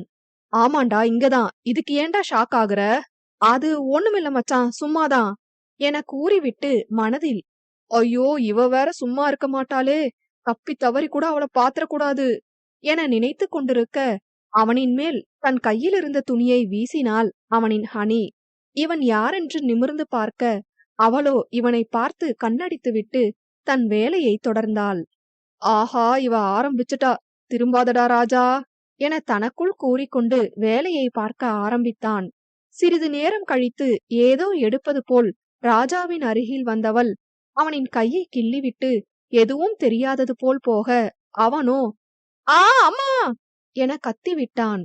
என்னாச்சுடா என ரௌத்ரன் அவனிடம் கேட்க ராஜாவோ என்ன சொல்வது என தெரியாமல் பூச்சு கடிச்சிட்டுடா, வேற ஒண்ணுமில்ல என சமாளிக்க, நீ எல்லாம் ஒரு போலீஸு என அவன் சிந்தனையில் ஓடும் கேள்வி அவன் பார்வையிலேயே தெரிய, ஐயோ இவன் வேற கேவலமா பாக்குறானே என மனதில் நினைத்துவிட்டு, மச்சான் நீ என்ன நினைக்கிறேன்னு உன் பார்வையிலேயே எனக்கு புரியுது, ஆனாலும் அது ஏதோ விஷப்பூச்சி மாதிரி இருந்துச்சு, அதாண்டா கத்திட்டேன் என அர்ஷினியை முறைத்தவாறு கூற, சரி சரி நீ வேலைய பாரு, நான் இப்ப வந்துடுறேன் என கீழே சென்றான் ரௌத்ரன். இவளை இப்படியே விட்டா கண்டிப்பா என்ன மறக்க மாட்டா, சாரி அனி என மனதினுள் தான் பேச போகும் வார்த்தைகளுக்கு மன்னிப்பு கேட்டவன், இங்க பாரு அர்ஷினி, நான் பொறுமையா உனக்கு சொல்லி புரிய வைக்கலாம்னு பார்த்தா நீ ரொம்ப ஓவரா பண்ணிட்டு இருக்க, இப்படியெல்லாம் பண்ணி என்ன மயக்க ட்ரை பண்ணாத என இவன் வார்த்தைகளை வேண்டுமென்றே கொட்ட, வார்த்தைகள் அர்ஷினியின் மனதை முட்களாய் குத்தி கிழித்தன. என்ன சொன்னீங்க? மயக்க நினைக்கிறனா? என்ன பார்த்தா சொன்னீங்க? சொல்லுங்க, இப்படி சொல்ல எப்படி மனசு வந்துச்சு என கண்களில் நீர் வழிய அவனை பார்த்து கேட்டாள். அப்புறம் என்ன, நான் தான் வேணாம்னு சொல்றேன்ல, அதுக்கப்புறமும் இப்படி பண்ணா நான் வேற என்ன சொல்ல என தன் மனதை கல்லாக்கி கொண்டு கூற, ஒரு பொண்ணு உண்மையா காதலிச்சு அவளா வந்து அவ காதல சொன்னா அது உங்களுக்கு கேவலமா தெரியுதுல்ல, இனி உங்க முகத்தை ஏறெடுத்து பார்த்தா கூட என்ன செருப்பால் அடிங்க என கூறிவிட்டு அழுது கொண்டே மாடிக்கு சென்று விட்டாள். என்ன மன்னிச்சிரு அனி, எனக்கு என் நண்பன் நல்லா இருக்கணும், அவன் உயிருக்கு ஆபத்துன்னு தெரிஞ்சோம் இதை எப்படி ஹனிமா நான் பண்ணுவேன், உன்கிட்ட உண்மைய சொன்னா நீ புரிஞ்சுப்பதான், ஆனா என்ன நினைச்சு கடைசி வர நீ இப்படியே இருந்துருவியோன்னு எனக்கு பயம், எனக்கு வேற வழி தெரியல, வேணும்னு தான் உன்னை காயப்படுத்தி பேசுறேன், அப்பதான் நீ என்ன வெறுத்து வேணாம்னு சொல்லுவ, மன்னிச்சிரு அனி என தனக்குள் பேசியவன் தலையில் கை வைத்து அங்கேயே மௌனமாய் கண்ணீர் வடித்தான். பின் ரௌத்ரன் வரும் சத்தம் கேட்டு தன் கண்களை துடைத்துக் கொண்டான். இருந்தும் அவனின் கண்களை பார்த்து கண்டுபிடித்து விட்டான் ரௌத்ரன். எதுக்கு கண்ணு கலங்கியிருக்கு, என்ன ஆச்சு என்று கேட்க சொல்வதறியாமல் முழித்தான் ராஜா. அது மச்சான் என ராஜா இழுக்க, பூச்சு கடிச்சது ரொம்ப வலிக்குதா என அவனாகவே ஒரு காரணத்தை புரிந்து கொண்டு கேட்க அவனும் ஆமாம் என தலையசைத்தான். சரி இத சாப்பிடு என கையில் வெற்றிலையையும் மிளகையும் மடித்து கொடுத்து விட்டு போனான். ராஜாவின் கண்களோ மேலும் கலங்கின. என்னதான் நீ வெளியே என்ன திட்டுனாலும் முறைச்சாலும் உன் மனசு இதுதான்டா, பூச்சு கடிச்சிடுச்சுன்னு சொன்னதுக்கு ஏதோ ஆகிரக்கூடாதுன்னு நினைச்சு இத சாப்பிட சொல்லி கொடுத்துட்டு போறல்ல, என் காதலை விட நீதான் மச்சான் எனக்கு முக்கியம், உன் உயிரை விட என் காதல் எனக்கு பெருசு இல்ல என மனதில் தன் நண்பனை நினைத்து பெருமிதம் கொண்டான். ஒரு வழியாக சில மணி நேரத்தில் எல்லா பொருட்களையும் மூட்டை கட்டிவிட்டனர். நால்வரும் ஹாலில் இருந்தனர். அர்ஷினி மறந்தும் கூட ராஜாவை பார்க்கவில்லை. என்னதான் வேண்டாம் என்று சொன்னாலும் காதல் கொண்ட ராஜாவின் மனது அவளின் பார்வைக்கு ஏங்கதான் செய்தது. எப்பொழுதும் துருதுருவென பேசும் தன் தங்கை அமைதியாய் இருப்பதைக் கண்ட ரௌத்ரன், அர்ஷு உனக்கு என்ன ஆச்சு, ஏன் ஒரு மாதிரி இருக்க என அவளிடம் கேட்க, அவளோ இனிமே இந்த வீட்ல இருக்க மாட்டோம்ல, ஏறிட்டு கூட பார்க்க மாட்டோம்ல, அதான் என அழுத்தி கூற ராஜாவின் மனம் வலித்தது. சரி மச்சான், இப்ப நான் கிளம்புறேன், காலையில வரேன் உங்களை வழி அனுப்ப என ராஜா கூற, வழி அனுப்ப வரியா, நாளைக்கு அங்க பால் காய்ச்சணும், அதனால நீயும் எங்க கூட திருநெல்வேலி வரணும் என ரௌத்ரன் கூற, இல்ல மச்சான் நான் இன்னொரு நாள் என அவன் சொல்லும் முன்பே பாட்டி அவனை தடுத்து, நீ இன்னொரு நாள் வந்து கிழிச்சது போதும், ஒழுங்கா நாளைக்கு வா, அதுக்கப்புறம் எப்ப வரணுமோ வந்துக்கோ என பாட்டி கராராக கூற, சரி பாட்டி என வேறு வழியின்றி ஒப்புக்கொண்டான். சரி நான் போயிட்டு காலையில வரேன் என ராஜா செல்ல போக, டேய் வீட்ல தனியா தானே இருப்ப, இங்கேயே தங்கு என ரௌத்ரன் கூற, இல்ல மச்சான் அது, டேய் உன்னை தங்குறியான்னு கேக்கல, தங்குன்னு சொல்றேன் என முறைப்புடன் கூற ராஜாவும் சரி என்றான். பின் அனைவரும் சாப்பிட்டு விட்டு உறங்க சென்றனர். நித்ரா தேவி பாட்டியையும் ரௌத்ரனையும் ஆட்கொள்ள மற்ற இரு ஜீவன்கள் உறக்கமின்றி தவித்தனர். தன்னை கீழ்த்தரமாக நினைத்து விட்டானே என அர்ஷினியும், ஹனியை காயப்படுத்தி விட்டோமே என ராஜாவும் மனதினுள் புழுங்கிக் கொண்டிருந்தனர். 1 மணி நேரமாக புரண்டு புரண்டு படுத்து பார்த்தும் உறக்கம் வராத காரணத்தால் ராஜா மொட்டை மாடிக்கு செல்லலாம் என யோசித்து விட்டு சென்றான். மாடி கதவு ஏற்கனவே திறந்திருப்பதை கண்டவன் யோசனையோடே சென்று பார்க்க, அங்கே அவனின் ஹனி நிலவை வெறித்தபடி கண்களில் கண்ணீருடன் நின்று கொண்டிருந்தாள். அவளை அவ்வாறு பார்க்க ராஜாவின் மனது வலித்தது. அரவம் கேட்டு திரும்பிய அர்ஷினி அது ராஜா என அறிந்தவுடனே அவனை பார்க்காதவாறு தன் முகத்தை திருப்பிக் கொண்டாள். அவன் வரவும் அவள் கீழே செல்ல எத்தனிக்க அவளின் அவனோ, "அர்ஷினி, என்ன மன்னிச்சிரு, நான் அப்படி பேசியிருக்க கூடாதுதான்" என தன் மன ஆறுதலுக்காக அவளிடம் மன்னிப்பு வேண்ட, அவளோ எதுவும் சொல்லாமல் மௌனமாய் சென்று விட்டாள். தன்னவளின் ஒதுக்கம் தன்னை காயப்படுத்தினாலும் அது தன் நண்பனின் நன்மைக்கே என நினைத்து மனதை தேற்றிக் கொண்டான். இரவின் தனிமையில் தன் துயருக்காக ஆறுதல் தேடியவனோ அவ்வாறே உறங்கியும் போனான். கீழே சென்ற அர்ஷினியும் அவனின் நினைவுகளை நினைத்தபடி உறங்கி போனாள். இரவின் பனி நிலமகளின் மேனியை துளைத்ததோ என்னவோ, அதனை சுகமாக்கும் பொருட்டு ஆதவன் தன் கதிர்களை போர்வையாக போர்த்தி கதகதப்பு ஏற்படுத்தி கொண்டிருந்த நேரம் கண் விழித்த ரௌத்ரனோ அருகில் தன் நண்பன் இல்லாது தேட, பின் எங்காவது சென்றிருப்பான் என நினைத்துவிட்டு உடற்பயிற்சி செய்ய மொட்டை மாடி வந்தான். அங்கே உட்கார்ந்தபடி உறங்கும் தன் நண்பனை பார்த்து அதிர்ச்சியானவனோ, "ராஜா, டே ராஜா" என அவனின் தோல் உழுக்க பதறிப்போய் கண் விழித்தான் ராஜா. "டேய், ஏண்டா இங்க உட்கார்ந்து தூங்குற?" என ரௌத்ரன் கேட்க, "இல்லடா, காத்து இல்லையேன்னு விடிய காலையில தான் வந்து உட்கார்ந்திருந்தேன். அப்படியே தூங்கிட்டேன் போல" என சமாளித்தான். "என்னாச்சு உனக்கு? நானும் நேத்துல இருந்து உன்னை கவனிச்சுட்டு தான் இருக்கேன்" என அவனிடம் கேட்க, "எனக்கென்னடா, என் மச்சான் நீ இருக்கும்போது எனக்கென்ன கவலை, அதெல்லாம் ஒண்ணுமில்ல" என போலியாய் சிரித்து கொண்டு கூற, "எப்படினாலும் என்கிட்ட சொல்லிதானே ஆகணும் நீ" என்ற ரீதியில் ரௌத்ரன் அவனை பார்க்க, இதற்கு மேல் இங்கிருந்தால் கண்டுபிடித்து விடுவான் என அஞ்சி ராஜாவோ, "நான் பிரஷ் பண்ணிட்டு வர மச்சான்" என கூறி கீழே சென்று விட்டான். பின் அனைவரும் ஒரு வழியாக கிளம்பி முடித்து திருநெல்வேலி செல்ல ஆயத்தமானார்கள். லாரியில் எல்லா பொருட்களையும் ஏற்றிவிட்டு அது முன்னே செல்ல, பின்னே நின்ற காரில் முன்னிருக்கையில் ஓட்டுநர் அருகில் ராஜாவும் பின்னிருக்கையில் பாட்டி, அர்ஷினி, ரௌத்ரன் மூவரும் அமர அனைவரும் நெல்லை நகரம் நோக்கி பயணமாயினர். "நான் வாங்கும் சுவாசங்கள் எல்லாம் நீ தந்த காற்று, நீயின்றி வாழ்ந்திட இங்கு எனக்கேது மூச்சு" எனும் பாடல் வரிகள் காரில் ஒலிக்க, அவ்வரிகள் இருவரின் நெஞ்சில் முள்ளாய் குத்தியது. கண்ணாடி வழியே ராஜா அணியின் முகம் நோக்க, அவளோ ஜன்னலின் வழியே வேடிக்கை பார்த்தபடி யாரும் அறியா வண்ணம் தன் கண்ணீரை துடைத்துக் கொண்டிருந்தாள். மதுரை மாநகரின் ஒதுக்குப்புறமாக அமைந்திருந்த பங்களாவில் மினிஸ்டருடன் 4-5 காவலர்கள் ஆலோசனை செய்து கொண்டிருந்தனர். "யோ, என்னையா பண்ணிட்டு இருந்தீங்க? என்ன தைரியம் இருந்தா என் பையனையே அரெஸ்ட் பண்ணிட்டு போயிருப்பான்" என மினிஸ்டர் கொதிப்புடன் பேசிக் கொண்டிருக்க, "சார், நீங்க கவலைப்படாதீங்க, அதான் அவனை டிரான்ஸ்ஃபர் பண்ணிட்டீங்களே, உங்க பவரை வச்சு இனிமே பிரச்சனை இருக்காது" என காவல் உடையில் இருந்த ஓர் அடிமை கூற, "ஆமாயா, இருந்தாலும் எனக்கு மனசு ஆற மாட்டங்குது. அவனை இந்த சஸ்பெண்ட் எல்லாம் பண்ண முடியாதா" என கோபத்துடன் மினிஸ்டர் கேட்க, "ஐயா, அது நம்ம தம்பி பண்ணதும் தப்புதான் ஐயா. காரணம் இல்லாம அரெஸ்ட் பண்ணாதான் சஸ்பெண்ட் பண்ணுவாங்க. நியாயப்படி அவனை டிரான்ஸ்ஃபர் கூட பண்ணிருக்க மாட்டாங்க. ஏதோ நீங்க சொன்னதுனாலதான் இதுவே நடந்திருக்கு" என பவ்யமாய் இன்னொரு காக்கி சட்டை அடிமை கூற, "சரி சரி போங்க, பேருக்கு தான் நான் மினிஸ்டர். ஒரு போலீஸ்காரனை சஸ்பெண்ட் பண்ண கூட முடியல என்னால. அந்த ரௌத்ரனை வேற எதுலயாவது நான் சிக்க வைக்கிறேன்" என அவனின் மேல் உள்ள கொலைவெறியில் கூறினார். ரௌத்ரனோ தன் குடும்பத்துடன் இன்னும் 1/2 மணி நேரத்தில் நெல்லையை அடையும் தூரத்தில் பயணித்துக் கொண்டிருந்தான். அங்கே நம் மலரோ எப்பொழுதும் போல் தன் சுப்புவிடம் வம்பு வளர்த்து கொண்டிருக்க, பொழுது அவளின் தோழி விதுஷா அவளுக்கு அழைப்பு விடுத்தாள்.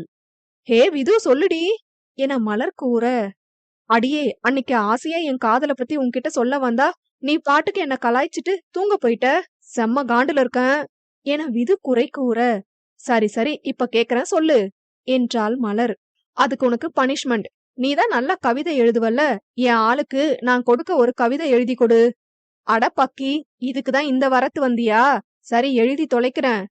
ஈ உம்மா எழுதி எனக்கு அனுப்பிரு என கூறி விது அழைப்பை துண்டிக்க, இவளோ ஒரு பேப்பர் பேனா எடுத்துக்கொண்டு வாசலில் வந்து அமர்ந்து கவிதை யோசிக்கலானாள். சில நிமிட யோசனைக்குப் பிறகு, உன் இதய கூண்டிலே கூண்டு கிளியாய் அடைந்திட ஆசை கொள்கிறேன். கதவினை திறப்பாயா என எதிர்பார்த்து வாசலிலேயே காத்திருக்கிறேன். சிறைப்பட துடிக்கும் இதயமாய் திறந்து விட்டாய் எனில் சாகும் வரை வெளிவர மாட்டேன்.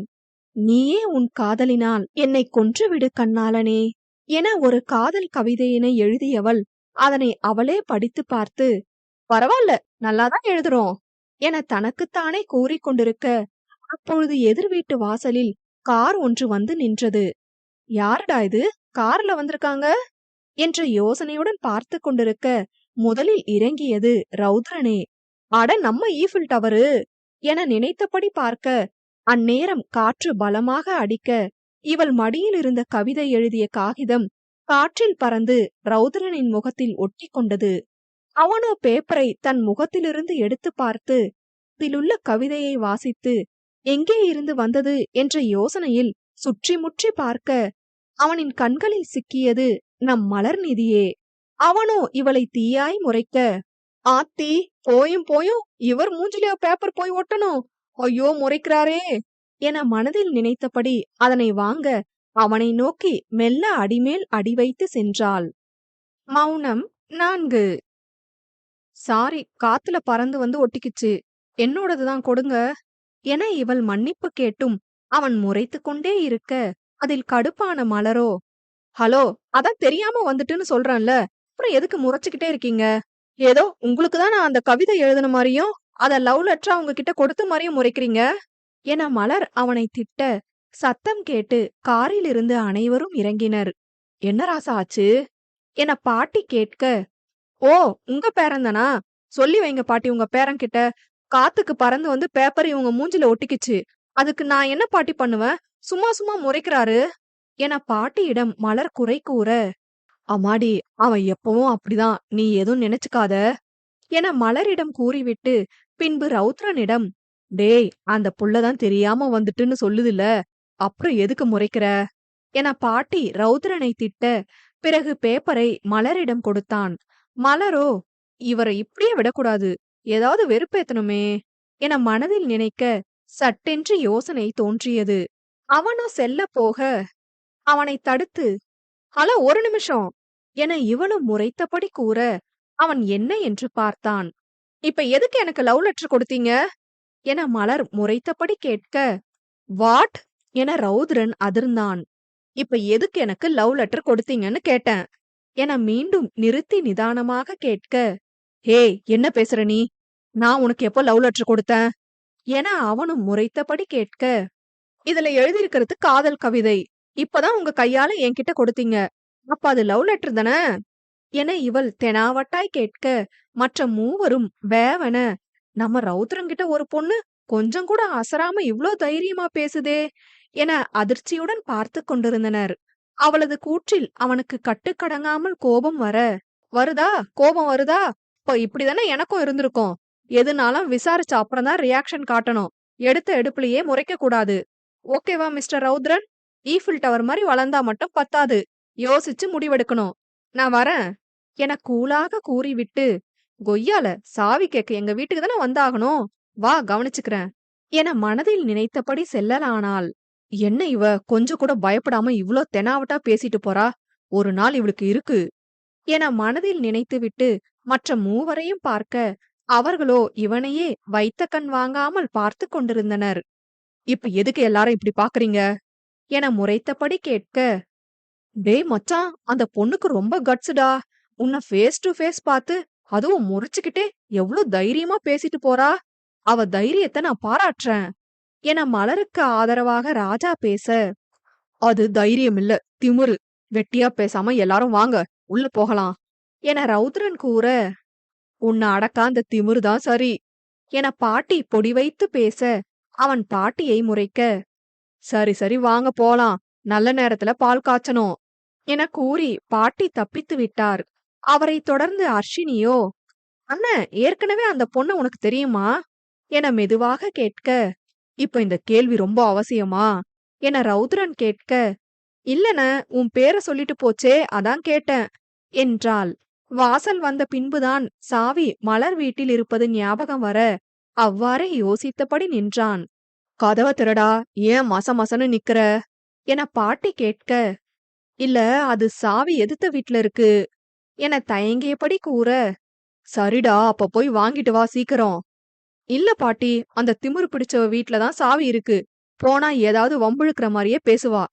டேய், நீ போய் வாங்கிட்டு வா என எரிச்சலுடன் கூற, ராஜாவோ, பரவால்ல, உன்னையே ஒரு பொண்ணு பயப்பட வச்சிருக்கா என வேண்டுமென்றே கூற, டேய், யார பார்த்து யாருக்கு பயம்? இந்த ரௌத்ரனுக்கு யார பார்த்தும் பயம் கிடையாது என முறைத்துக் கொண்டே கூற, அப்ப நீயே போய் கேட்கலாமே மச்சான் என ராஜா நக்கலாக கூற, நானே போய் கேக்குறேன், அவளை பார்த்து நான் ஏன் பயப்படணும் என வீராப்பாய் கூறிக்கொண்டு சாவி வாங்க மலரின் வீட்டிற்கு சென்றான். சார் என வீட்டு வாசலில் நின்று ரௌத்ரன் அழைக்க, ஓ நீங்களா, சொல்லுங்க, யார் வேணும் என உள்ளிருந்து வெளியே வந்த மலர் நக்கலாக கேட்க, கீ வேணும் என எங்கோ பார்த்தபடி ரௌத்ரன் கேட்க, சாரி மிஸ்டர் ரௌத்ரன், எங்க வீட்ல இப்போ நெய் இல்ல என வேண்டுமென்றே அவனை வெறுப்பேற்ற கூற, அதில் கடுப்பானவனோ, ஏய், நான் சாவிய கேட்டேன் என முறைத்து கொண்டு கூற, ஓ சாவியா, நீங்க தெளிவா சொல்லாம என்ன முறைக்கிறீங்க என மலர் கேட்க, இப்ப சாவி கிடைக்குமா கிடைக்காதா என பொறுமை இழந்து அவன் கேட்க, இருங்க இருங்க, எடுத்துட்டு வரேன் என சலித்துக் கொண்டே சாவி எடுக்க சென்றாள். ரொம்பதான் சலிச்சுக்கிறா, ஏதோ இவ வீட்டு சொத்த கேக்குற மாதிரி, சரியான குட்டி பிசாசு என மனதில் மலரை அர்ச்சித்துக் கொண்டிருந்தான் ரௌத்ரன். இந்தாங்க உங்க வீட்டு சாவி என அவனிடம் கொடுக்க, அவனோ அவளை முறைத்தபடி வாங்கி கொண்டு சென்றான். அது ஏன்னு தெரியல, உங்களை வம்பிழுக்கிறது நல்லா இருக்கு மிஸ்டர் ஈஃபில் டவர் என மனதினுள் நினைத்து அவளை அறியாமலே சிரித்து கொண்டாள். சாவி வாங்கி வந்த ரௌத்ரனிடம், என்ன மச்சான், அந்த பொண்ணு கூட ரொம்ப நேரமா பேசிட்டு இருந்த என ராஜா கேட்க, அதில் கடுப்பான ரௌத்ரன் தன் கை முஷ்டியை மடக்கி காண்பிக்க, ஹே ஹே கூல், அது பாட்டுக்கு இருக்கட்டும், இப்ப எதுக்கு ஆம்ஸ டைட் ஆக்குற?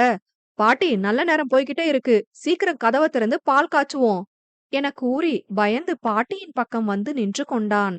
பிறகு வீட்டை திறந்து கழுவி சுத்தம் செய்து பொருட்களை எல்லாம் ஓரிடத்தில் வைத்து 1 மணி நேரத்தில் பால் காய்ச்சி முடித்தனர்.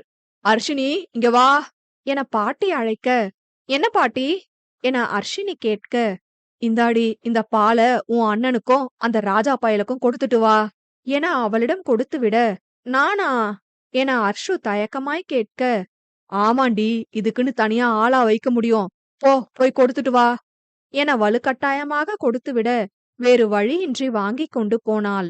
அண்ணா, பால் எடுத்துக்கோ என ரௌத்ரனிடம் நீட்ட, அவன் எடுத்துக்கொண்டான். உன் ஃப்ரெண்டு எங்கண்ணா, அவருக்கும் இத கொடுத்துரு என அவனிடம் கொடுத்துவிட்டு நழுவ பார்க்க, அவனோ, வெளியே நின்னு கால் பேசிட்டு இருக்கான், கொண்டு போய் கொடுத்துரு என்று கூறி அலைபேசியில் மூழ்கினான். ஐயோவென நினைத்து கொண்டு ராஜாவிடம் பால் கொடுக்க சென்றாள். ராஜாவோ திரும்பி நின்று அலைபேசியில் பேசிக் கொண்டிருந்தான். அவனின் முகம் பார்க்க கூடாது என முடிவெடுத்தவளோ, அவனை கூப்பிடும் பொருட்டு தன் கையிலிருந்த தட்டை வேண்டுமென்றே கீழே போட, சத்தம் கேட்டு ராஜா திரும்ப, உடனே அங்குள்ள திண்டின் மேல் பாலை வைத்துவிட்டு உள்ளே சென்று விட்டாள். என்னதான் அவளை நினைத்து கஷ்டமாக இருந்தாலும் அவளின் இந்த செயல் அவனுக்கு சிரிப்பையே வரவழைத்தது. சிறு சிரிப்புடன் அதனை குடிக்க ஆரம்பித்தான். அர்ஷினி, இந்தா, இந்த பாலை எதிர்த்த வீட்ல போய் கொடுத்துட்டு வா என அவளிடம் கொடுக்க, ஐயோ பாட்டி, எனக்கு யாருன்னு கூட தெரியாது, நான் எப்படி போய் கொடுப்பேன், போங்க பாட்டி என அர்ஷினி சினுங்க, நாம புதுசா குடி வந்திருக்கோம்னு அக்கம் பக்கத்துல தெரிய வேணாமா, அப்பதான் நாளைக்கு எதனா ஒண்ணுனா அவசரத்துக்கு வருவாங்க என பாட்டி கூற, அதுக்காக நான் எல்லார் வீட்லயும் போய் பால் கொடுத்துட்டா வர முடியும்? எம்மா தாயே, நீ எதிர்த்த வீட்ல மட்டும் கொடு போ, உன் வயசு பொண்ணு மாதிரிதான் இருக்கா, கொடுத்துட்டு பேசிட்டு வா என பாட்டி கூற, அப்பொழுது அங்கு ரௌத்ரன் வர, அண்ணனுக்கு தான் அந்த பொண்ணு பழக்கம், அண்ணனை கொடுக்க சொல்லுங்க என வாய்ப்பொத்தி சிரித்துக் கொண்டே அர்ஷினி கூற, என்ன விளையாடுறியா, சாவி வாங்க போனதுக்கே அவ ஓவரா பேசுறா, என்னால எல்லாம் போக முடியாது, அதுக்காக நான் பயந்துட்டேன்னு யாரும் நினைக்க வேணாம், எனக்கு அவளை பார்த்தாலே கடுப்பாகுது என கோபத்தோடு ரௌத்ரன் கூற, ஏண்டிமா, இந்த மோதல்ல ஆரம்பிச்சா எதுலயோ போய்தான் முடியும்னு சொல்லுவாங்களே, அது என்ன என வேண்டுமென்றே அவனை கலாய்க்க தெரியாத மாதிரி பாட்டி கேட்க, அதுவா பாட்டி? அது அது அதேதான் என அர்ஷினியும் பாட்டியுடன் சேர்ந்து நக்கலாக கூற, அவனோ வழக்கம் போல அவனின் அக்மார்க் முத்திரையான முறைப்பை கொடுத்து விட்டு போனான். "அடியே, உங்க அண்ணன் இதுவரை எந்த பொண்ணையும் இப்படியெல்லாம் சொன்னதில்லையேடி" என பாட்டி கூற, "ஆமாம் பாட்டி, அதேதான் நானும் யோசிச்சேன்" என அர்ஷினி கூற, "அந்த பொண்ணு அழகா இருந்தா, ரொம்ப தைரியமான பொண்ணு போல. உங்க அண்ணன சமாளிக்க அந்த மாரி பொண்ணு தான் கரெக்ட்டு" என பாட்டி கூற, "ஆமா பாட்டி, கவலைப்படாதீங்க. அந்த மாரி ஒரு பொண்ணு தேடிறலாம்" என அர்ஷினி கூற, "எனக்கு இந்த பொண்ணையே பிடிச்சிருக்கு" என பாட்டி கூற, "என்ன பாட்டி சொல்றீங்க?" என புரியாமல் அர்ஷினி முழிக்க, "எப்படியாவது இந்த பொண்ணையே உங்க அண்ணனுக்கு செட் பண்ணிரணும்னு சொல்றேன்" என பாட்டி தன் அபிப்பிராயத்தை கூற, "என்னது செட் பண்ணணுமா? பாட்டி மாரியா பேசுறீங்க?" என அர்ஷினி கேட்க, "அடி போடி இவளே! என்னன்னு நினைச்ச? என் உடம்புக்கு மட்டும்தான் வயசாகிருக்கு. என் மனசு இன்னும் இளமையா தான் இருக்கு" என இல்லாத காலரை தூக்கி விட்டபடி சொல்ல, "அது சரி, இருந்தாலும் உங்களுக்கு இம்புட்டு ஸ்பீடு ஆகாது. கொஞ்சம் ஸ்லோவா போங்க பாட்டி. லவ்வ பத்தி உங்களுக்கு என்ன தெரியும்? அதெல்லாம் தானா வரணும்" என அர்ஷினி கூற, "லவ்வ பத்தி எனக்கு என்ன தெரியுமாவா? அந்த காலத்திலேயே நானும் என் புருஷனும் 1 வருஷமா காதலிச்சு ஓடி போய் கல்யாணம் பண்ணிக்கிட்டோம்டி, தெரியுமா?" என பாட்டி பெருமையாக கூற, "நிஜமாவா பாட்டி?" என நம்பாமல் அர்ஷினி கேட்க, "அட ஆமாண்டி" என கூறிக்கொண்டிருந்த வேளையில் அங்கே ராஜா வர, அர்ஷினியோ, "சரி பாட்டி கொடுங்க, நான் எதிர்த்த வீட்ல போய் பால் கொடுத்துட்டு வரேன்" என கூறிக்கொண்டு அங்கு நிற்க விரும்பாமல் சென்று விட்டாள். "என்ன இவ, நான் பாட்டுக்கு என் காதல் கதைய சொல்லிக்கிட்டு இருக்கேன், இவ கேட்காம போறா" என சத்தமாக புலம்ப, "ஆமா, உங்க கதையெல்லாம் ஓல்டு ஸ்டைல், அதான் போர் அடிச்சிருச்சுன்னு போயிட்டா போல" என பாட்டியை வம்பிழுக்க, சிரித்தபடி ராஜா கூற, "போடா டேய், ஓல்டா இருந்தாலும் கோல்டுடா" என பெருமிதமாக பாட்டி கூற, "ஆமா ஆமா, மேய்க்கிறது எருமை, இதுல என்ன பெருமை" என ராஜா சலித்துக் கொண்டு கூற, "படவா, யார பார்த்து எருமைன்னு சொன்ன" என பாட்டி அடிக்க வர, அங்கிருந்து ஓடிவிட்டான் ராஜா. மலரின் வீட்டிற்கு சென்று வாசலில் நின்று, "யாராவது இருக்கீங்களா?" என கேட்க, மலர் வெளியே வந்து பார்த்து, "நீங்க அந்த ஈஃபில் டவரோட தங்கச்சி தான?" என மறந்து போய் வாய்விட்டு உளற, அர்ஷினியோ, "என்ன என்ன சொன்னீங்க?" என கேட்க, மலரோ, "ஐயோ, உளறிட்டோமே" என தன் நாக்கை கடித்துவிட்டு, "அது மிஸ்டர் ரவுத்திரனோட தங்கச்சி தானேன்னு கேட்டேன்" என சமாளிக்க நினைத்து கூற, "இல்லையே, என் காதுல வேற மாரி கேட்டுச்சே" என மீண்டும் அவள் அதையே கேட்க, "ஐயோ, இவ வேற அதையே கேக்குறாளே" என மனதில் நினைத்துவிட்டு, "அதெல்லாம் ஒண்ணுமில்ல, உள்ள வாங்க" என அழைத்தாள். "இந்தாங்க, பால் காய்ச்சணும், அதான் பால் கொடுக்க சொல்லி பாட்டி அனுப்புனாங்க" என பால் டம்ளரை மலரிடம் நீட்ட, "ஓ அப்படியா" என்று அதனை வாங்கிவிட்டு தன் அம்மாவை அழைத்தாள். "சுப்பு, கொஞ்சம் வாயேன், யார் வந்திருக்காங்கன்னு பாரு" என சத்தமாக அழைக்க, "யார், உங்க தங்கச்சியா?" என அவள் பெயர் சொல்லி கூப்பிட்டதும் தங்கை என நினைத்து கேட்க, மலரோ சிரித்துவிட்டு, "வருவாங்க, நீங்களே பாருங்க" என்றாள். சமையல் அறையிலிருந்து கைகளை துடைத்தவாறே சுப்பு வெளியே வந்தார். "ஏண்டி இந்த கத்து கத்துற?" என கேட்டுக்கொண்டே வர, "சுப்பு, இவங்க எதிர்த்த வீட்ல குடி வந்திருக்காங்க, பால் காய்ச்சினாங்களாம், அதான் கொடுக்க வந்திருக்காங்க" என தன் அன்னையிடம் கூற, சுப்புவோ, "ஓ அப்படியா, வாமா, உன் பேர் என்னம்மா" என சுப்பு அர்ஷினியிடம் கேட்க, "அட ஆமால, நானும் அத கேட்க மறந்துட்டேனே, ஆமா, உங்க பேர் என்ன" என மலரும் கேட்க, "என் பேரு அர்ஷினி" என கூற, "சூப்பர், அப்ப நான் அர்ஷுன்னு கூப்பிடட்டுமா உங்கள" என மலர் கேட்க, "தாராளமா கூப்பிடலாம், இப்படிதான் என் அண்ணனும் கூப்பிடுவான்" என கூறியதும் அவளின் முகம் லேசாக சிரித்து மீண்டும் இயல்பு நிலைக்கு வந்தது. அதையும் அர்ஷினி கவனித்துக் கொண்டாள். "ஆமா, உங்க பேர் என்ன" என அர்ஷினி மலரிடம் கேட்க, "நான் மலர்நிதி. இந்த வாங்க போங்க எல்லாம் வேண்டாம், நான் இப்பதான் பிஎஸ்சி சைக்காலஜி முடிச்சேன்" என மலர் கூற, "ஓ அப்படியா, சூப்பர், நானும் இப்பதான் பிஎஸ்சி கம்ப்யூட்டர் சயின்ஸ் முடிச்சேன்" என அர்ஷினி கூற, "சூப்பர், அப்ப நீயும் நானும் ஒரே செட்டா, வசதியா போச்சு. சுப்பு, பாத்தியா, எனக்கு கம்பெனிக்கு ஆள் கிடைச்சிட்டு" என மலர் கூற, "இவளும் உங்கள பேர் சொல்லிதான் கூப்பிடுவாளா" என அர்ஷினி சுப்புவிடம் கேட்க, "ஆமாம்மா, மேடம் ஏதாவது மூட் அவுட்டா இருந்தா மட்டும்தான் அம்மான்னு கூப்பிடுவா, இல்ல சுப்புன்னு தான் கூப்பிடுவா. ஏம்மா, நீயும் உன் அம்மாவ பேர் சொல்லிதான் கூப்பிடுவியா" என சுப்பு கேட்க, "இல்லம்மா, எனக்கு அம்மா கிடையாது" என அர்ஷினி கூற, சுப்புவிற்கு ஒரு மாதிரி ஆகிவிட்டது. மன்னிச்சிருமா, நான் ஏதோ தெரியாம கேட்டுட்டேன் என சுப்பு வருந்தி கூற, ஐயோ என்னம்மா நீங்க மன்னிப்பெல்லாம் கேட்டுக்கிட்டு, அதெல்லாம் ஒண்ணுமில்ல. நானும் என் பாட்டிய சில நேரம் பேர் சொல்லிதான் கூப்பிடுவேன் என்றாள் அர்ஷினி. அட அப்போ நீ நம்ம கட்சி என மலர் ஐஃபை கொடுத்து கொண்டாள். சரிம்மா நீ பேசிட்டு இரு, உனக்கு நான் சாப்பிட ஏதாவது கொண்டு வரேன் என சுப்பு கூற, ஐயோ அதெல்லாம் வேணாம், இருக்கட்டும் பரவாயில்ல என அர்ஷினி தயங்கி கூற, அர்ஷு இது நம்ம வீடு மாறி, இனிமே இந்த கூச்சம் மரியாதை வெக்கம் எல்லாத்தையும் ஓரம் கட்டி வச்சிரு, ஓகே என மலர் அவளிடம் அன்பு கட்டளை போட, அர்ஷினியும் அதனை அன்புடன் ஏற்றுக்கொண்டாள். பிறகு சுப்பு கொண்டு வந்த முறுக்கை கொறித்தபடி மலரும் அர்ஷினியும் பேசிக் கொண்டிருக்க, அப்பொழுது அர்ஷினி, சரி ஓகே மலர், வந்து நேரமாச்சு, நான் வீட்டுக்கு போறேன். சரி ஓகே அர்ஷு, அடிக்கடி வா என்றாள் மலர். ஹே இரு, நீ மட்டும் உங்க வீட்ல என்ன இன்ட்ரோ கொடுத்தல்ல, நான் உன்னை எங்க வீட்ல இன்ட்ரோ கொடுக்கறேன், வா என் கூட என அர்ஷு மலரை தன் வீட்டிற்கு அழைக்க, ஐயோ நானா, வேணாம் அர்ஷு என தயங்க, அதெல்லாம் கிடையாது, நீ எனக்கு சொன்னதுதான் உனக்கும், இனிமே இந்த கூச்சம் மரியாதை வெக்கம் எல்லாத்தையும் ஓரம் கட்டி வச்சிரு, ஓகே என்றவள், மா மலரை தேடாதீங்க, எங்க வீட்டுக்கு கூட்டிட்டு போறேன் என கூறிக்கொண்டு தன் கையோடு மலரை இழுத்துக்கொண்டு வீட்டிற்கு சென்றாள். பாட்டி, பாட்டி யார் வந்திருக்கான்னு பாருங்க என அர்ஷு சத்தமாக கூப்பிட, ஹாலில் அமர்ந்திருந்த ரௌத்ரனும் ராஜாவும் யாரென்று பார்க்க மலர் வாசலில் நின்று கொண்டிருந்தாள். இந்த குட்டி பிசாச எதுக்கு அர்ஷு கூட்டிட்டு வரா என மனதில் ரௌத்ரன் நினைக்க, மருமகளே மருமகளே வா வா என ராஜா ரௌத்ரனுக்கு மட்டும் கேட்கும்படி வேண்டுமென்றே வெறுப்பேற்ற பாட, மேஜை மேலிருந்த தண்ணீர் பாட்டிலை எடுத்து ராஜாவை அபிஷேகம் செய்தான் ரௌத்ரன் முறைத்து கொண்டே. ஏண்டா ஏன், எப்பவும் போல முறைச்சாலே அடங்கியிருப்பேன்ல, ஏன் இப்படி, பாட்டு பிடிக்கலனா வேற பாட்டு பாடிருப்பேன்ல என ராஜா ரௌத்ரனை பாவமாக பார்த்தபடி கூற, ரௌத்ரனோ இன்னொரு தண்ணீர் பாட்டிலையும் ராஜாவையும் மாறி மாறி பார்க்க வாயை மூடிக்கொண்டான். சமையல் அறையிலிருந்து வெளியே வந்த பாட்டியோ, அடட நீயாமா, வாமா வாமா உள்ள வாமா, ஏன் அங்கேயே நிக்கிற என பாட்டி கூற, நான் வந்தது இங்க யாருக்கோ பிடிக்கல போல என ரௌத்ரனை பார்த்தபடி கூற, அவனோ இவளை கண்டு கொள்ளாமல் இருந்தான்.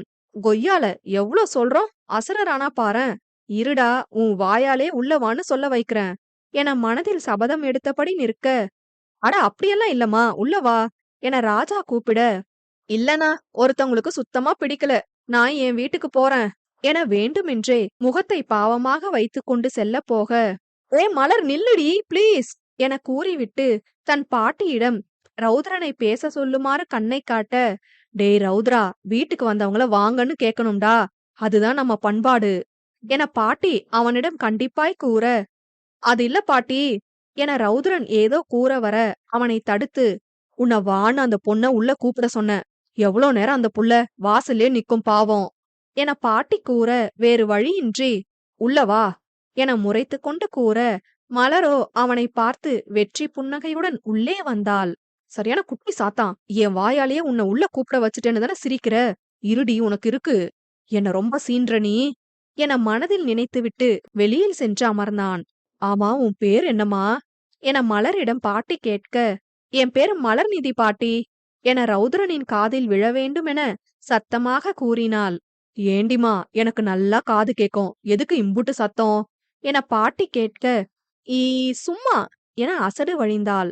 இவ்வாறு இவர்கள் பேசிக் கொண்டிருக்க, ரௌத்ரனோ, இந்த குட்டி சாத்தான ஏதாவது பண்ணணும், நம்மள பார்த்தாலே பயந்து ஓடணும், அந்த மாதிரி ஏதாவது பண்ணணும், என்ன பண்ணலாம் என தீவிரமாக சிந்தனை செய்ய, சட்டென ஒரு யோசனை தோன்ற, கரெக்ட், அப்படி பண்ணாதான் நம்ம பக்கம் தலை வச்சு கூட படுக்க மாட்டா, இருடி உன் கொழுப்ப குறைக்கிறேன் என மனதில் நினைத்து கொண்டு வன்மமாக சிரித்தான். மௌனம் 5. அவனின் மனசாட்சியோ, டே ரௌத்ரா வேணா, இது தப்பு, அப்படி பண்ணக்கூடாது, ஒரு போலீஸா இருந்துட்டு நீயே அப்படி பண்ணலாமா, அவ வெளியே யார்கிட்டயாச்சும் சொன்னா உனக்குதான் அசிங்கம் என இவனுக்கு எதிராக பேச, ஆமா தப்புதான் எனக்கே தெரியும், ஆனா நான் தப்பான எண்ணத்துல அத பண்ணலையே, நான் நிஜமாவா பண்ண போறேன், அந்த மாதிரி நடிக்கதான் போறேன், அவ வெளியே சொல்ற அளவுக்கு தைரியமானவளா என்ன என இவன் மனசாட்சிக்கு பதில் அளிக்க, உன்னை திருத்த முடியாது, கடைசியில நீ ஃபீல் பண்ணுவ என கூறி அமைதியாகியது. தன் திட்டத்தை நிறைவேற்ற சரியான நேரத்தை எதிர்பார்த்து காத்திருந்தான். அப்பொழுது மலரோ, அர்ஷு வாயேன், மாடிக்கு போகலாம், வீட்டை சுத்தி காமிடி எனக்கு. இந்த வீட்டுக்கு நான் முன்னாடி வந்திருக்கேன் தான், ஆனா மாடிக்கு போனதில்ல என அர்ஷினியிடம் கேட்க, இருடி வரேன் என கூறிக்கொண்டு அவளும் வந்தாள். அவர்கள் மாடி ஏறும் சமயத்தில் அர்ஷினியின் அலைபேசி அலற, ஹே மலர், நீ மாடிக்கு போ, நான் யார் கால் பண்றாங்கன்னு பாத்துட்டு வரேன். சரிடி, நீ பேசிட்டு வா, நான் மாடியில இருக்கேன் என கூறிக்கொண்டு தனியாக மாடிக்கு சென்றாள் மலர். அதனை கவனித்த ரௌத்ரனோ அர்ஷினியிடம், அர்ஷு, யார் போன்ல என கேட்க, என் காலேஜ் ஃப்ரெண்டுனா என கூற, அப்பாடா, அப்ப இவ பேசி முடிக்க எப்படியும் ரொம்ப நேரம் ஆகும். நம்ம அதுக்குள்ள நம்ம பிளான நடத்திடுவோம் என மனதில் நினைத்துவிட்டு யாரும் அறியா வண்ணம் ரௌத்ரனும் மாடிக்கு சென்றான். மலரை தேடி தன் கண்களை சுழல விட்டவனோ அவள் அங்கே ஒரு அறைக்குள் செல்வதை கவனித்தான். மவள நீ செத்தடி என மனதில் நினைத்துவிட்டு மலரை தொடர்ந்து ரௌத்ரனும் அந்த அறைக்குள் சென்று கதவை சாத்தினான். சத்தம் கேட்டு திரும்பிய மலரோ அவனை அதிர்ச்சியுடன் நோக்க, என்னடா உள்ள வந்து கதவை சாத்திட்டானே, என்ன பண்ண போறான்னு பயப்படுறியா என ரௌத்ரன் கேட்க, இப்ப எதுக்கு கதவை சாத்துனீங்க, எனக்கு பயமா இருக்கு, நான் வெளியே போகணும் என செல்ல போக அவளை போக விடாமல் தடுத்து நின்றான் ரௌத்ரன். ஆனால் அவனின் நகம் கூட அவளின் மேல் படவில்லை. இப்ப எதுக்கு இப்படி பண்றீங்க, என்ன வேணும் உங்களுக்கு என மலர் பயந்து கொண்டே கேட்க, எனக்கு என்ன வேணும்னு கேட்டா கொடுத்துருவியா, அப்ப எனக்கு ஒரு முத்தம் கொடு, விட்டுறேன் என தனக்கு வராத வில்லத்தனத்தை வரவைத்து ரௌத்ரன் கேட்க, முத்தமா, என்ன பேசுறீங்க நீங்க, அதெல்லாம் முடியாது, ப்ளீஸ் என்ன விட்டுருங்க என இன்னும் பயந்து மலர் கேட்க, அப்ப நான் சொல்றத நீ கேட்கணும், கேப்பியா என ரௌத்ரன் அவளை மிரட்டுவதாக நினைத்து கேட்க, என்ன பண்ணணும் சொல்லுங்க, பண்றேன், ப்ளீஸ் முத்தம் எல்லாம் கொடுத்துறாதீங்க. குட், இனிமே என்ன கிண்டல் அடிக்கிறது, வம்பு இழுக்கிறது இதெல்லாம் பண்ணக்கூடாது, புரிஞ்சுதா என ரௌத்ரன் அவளை மிரட்ட, ஐயோ சாரி, இனிமே அப்படியெல்லாம் பண்ண மாட்டேன், என்ன விட்டுருங்க ப்ளீஸ், அம்மா தேடுவாங்க. சரி போ, சொன்னது ஞாபகம் இருக்கட்டும், இன்னொரு தடவை இந்த கிண்டல் கேலி எல்லாம் வந்துச்சு அவ்வளவுதான் என கூறி அவன் வழிவிட அவளும் என கூறிக்கொண்டு செல்ல எத்தனித்தாள்.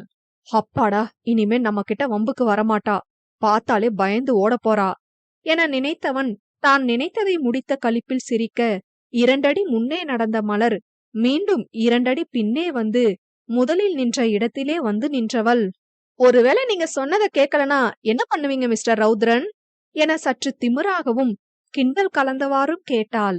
அவனோ, என்ன இவ்ளோ நேரம் பயந்து பேசுன, அதுக்குள்ள பயம் விட்டு போச்சா என மீண்டும் மிரட்டுவது போல கேட்க, அட, நான் கேட்டதுக்கு முதல்ல பதில் சொல்லுங்க என தெனாவட்டாய் கேட்க அவளை சந்தேகமாக பார்த்தவன், முத்தம் கொடுத்துருவேன் என்று தடுமாறி கூற, அப்படிங்கிறீங்க, சரி கொடுங்க பாப்போம் என இவள் சாதாரணமாக கேட்க ரௌத்ரனுக்கு தான் தூக்கி வாரி போட்டது.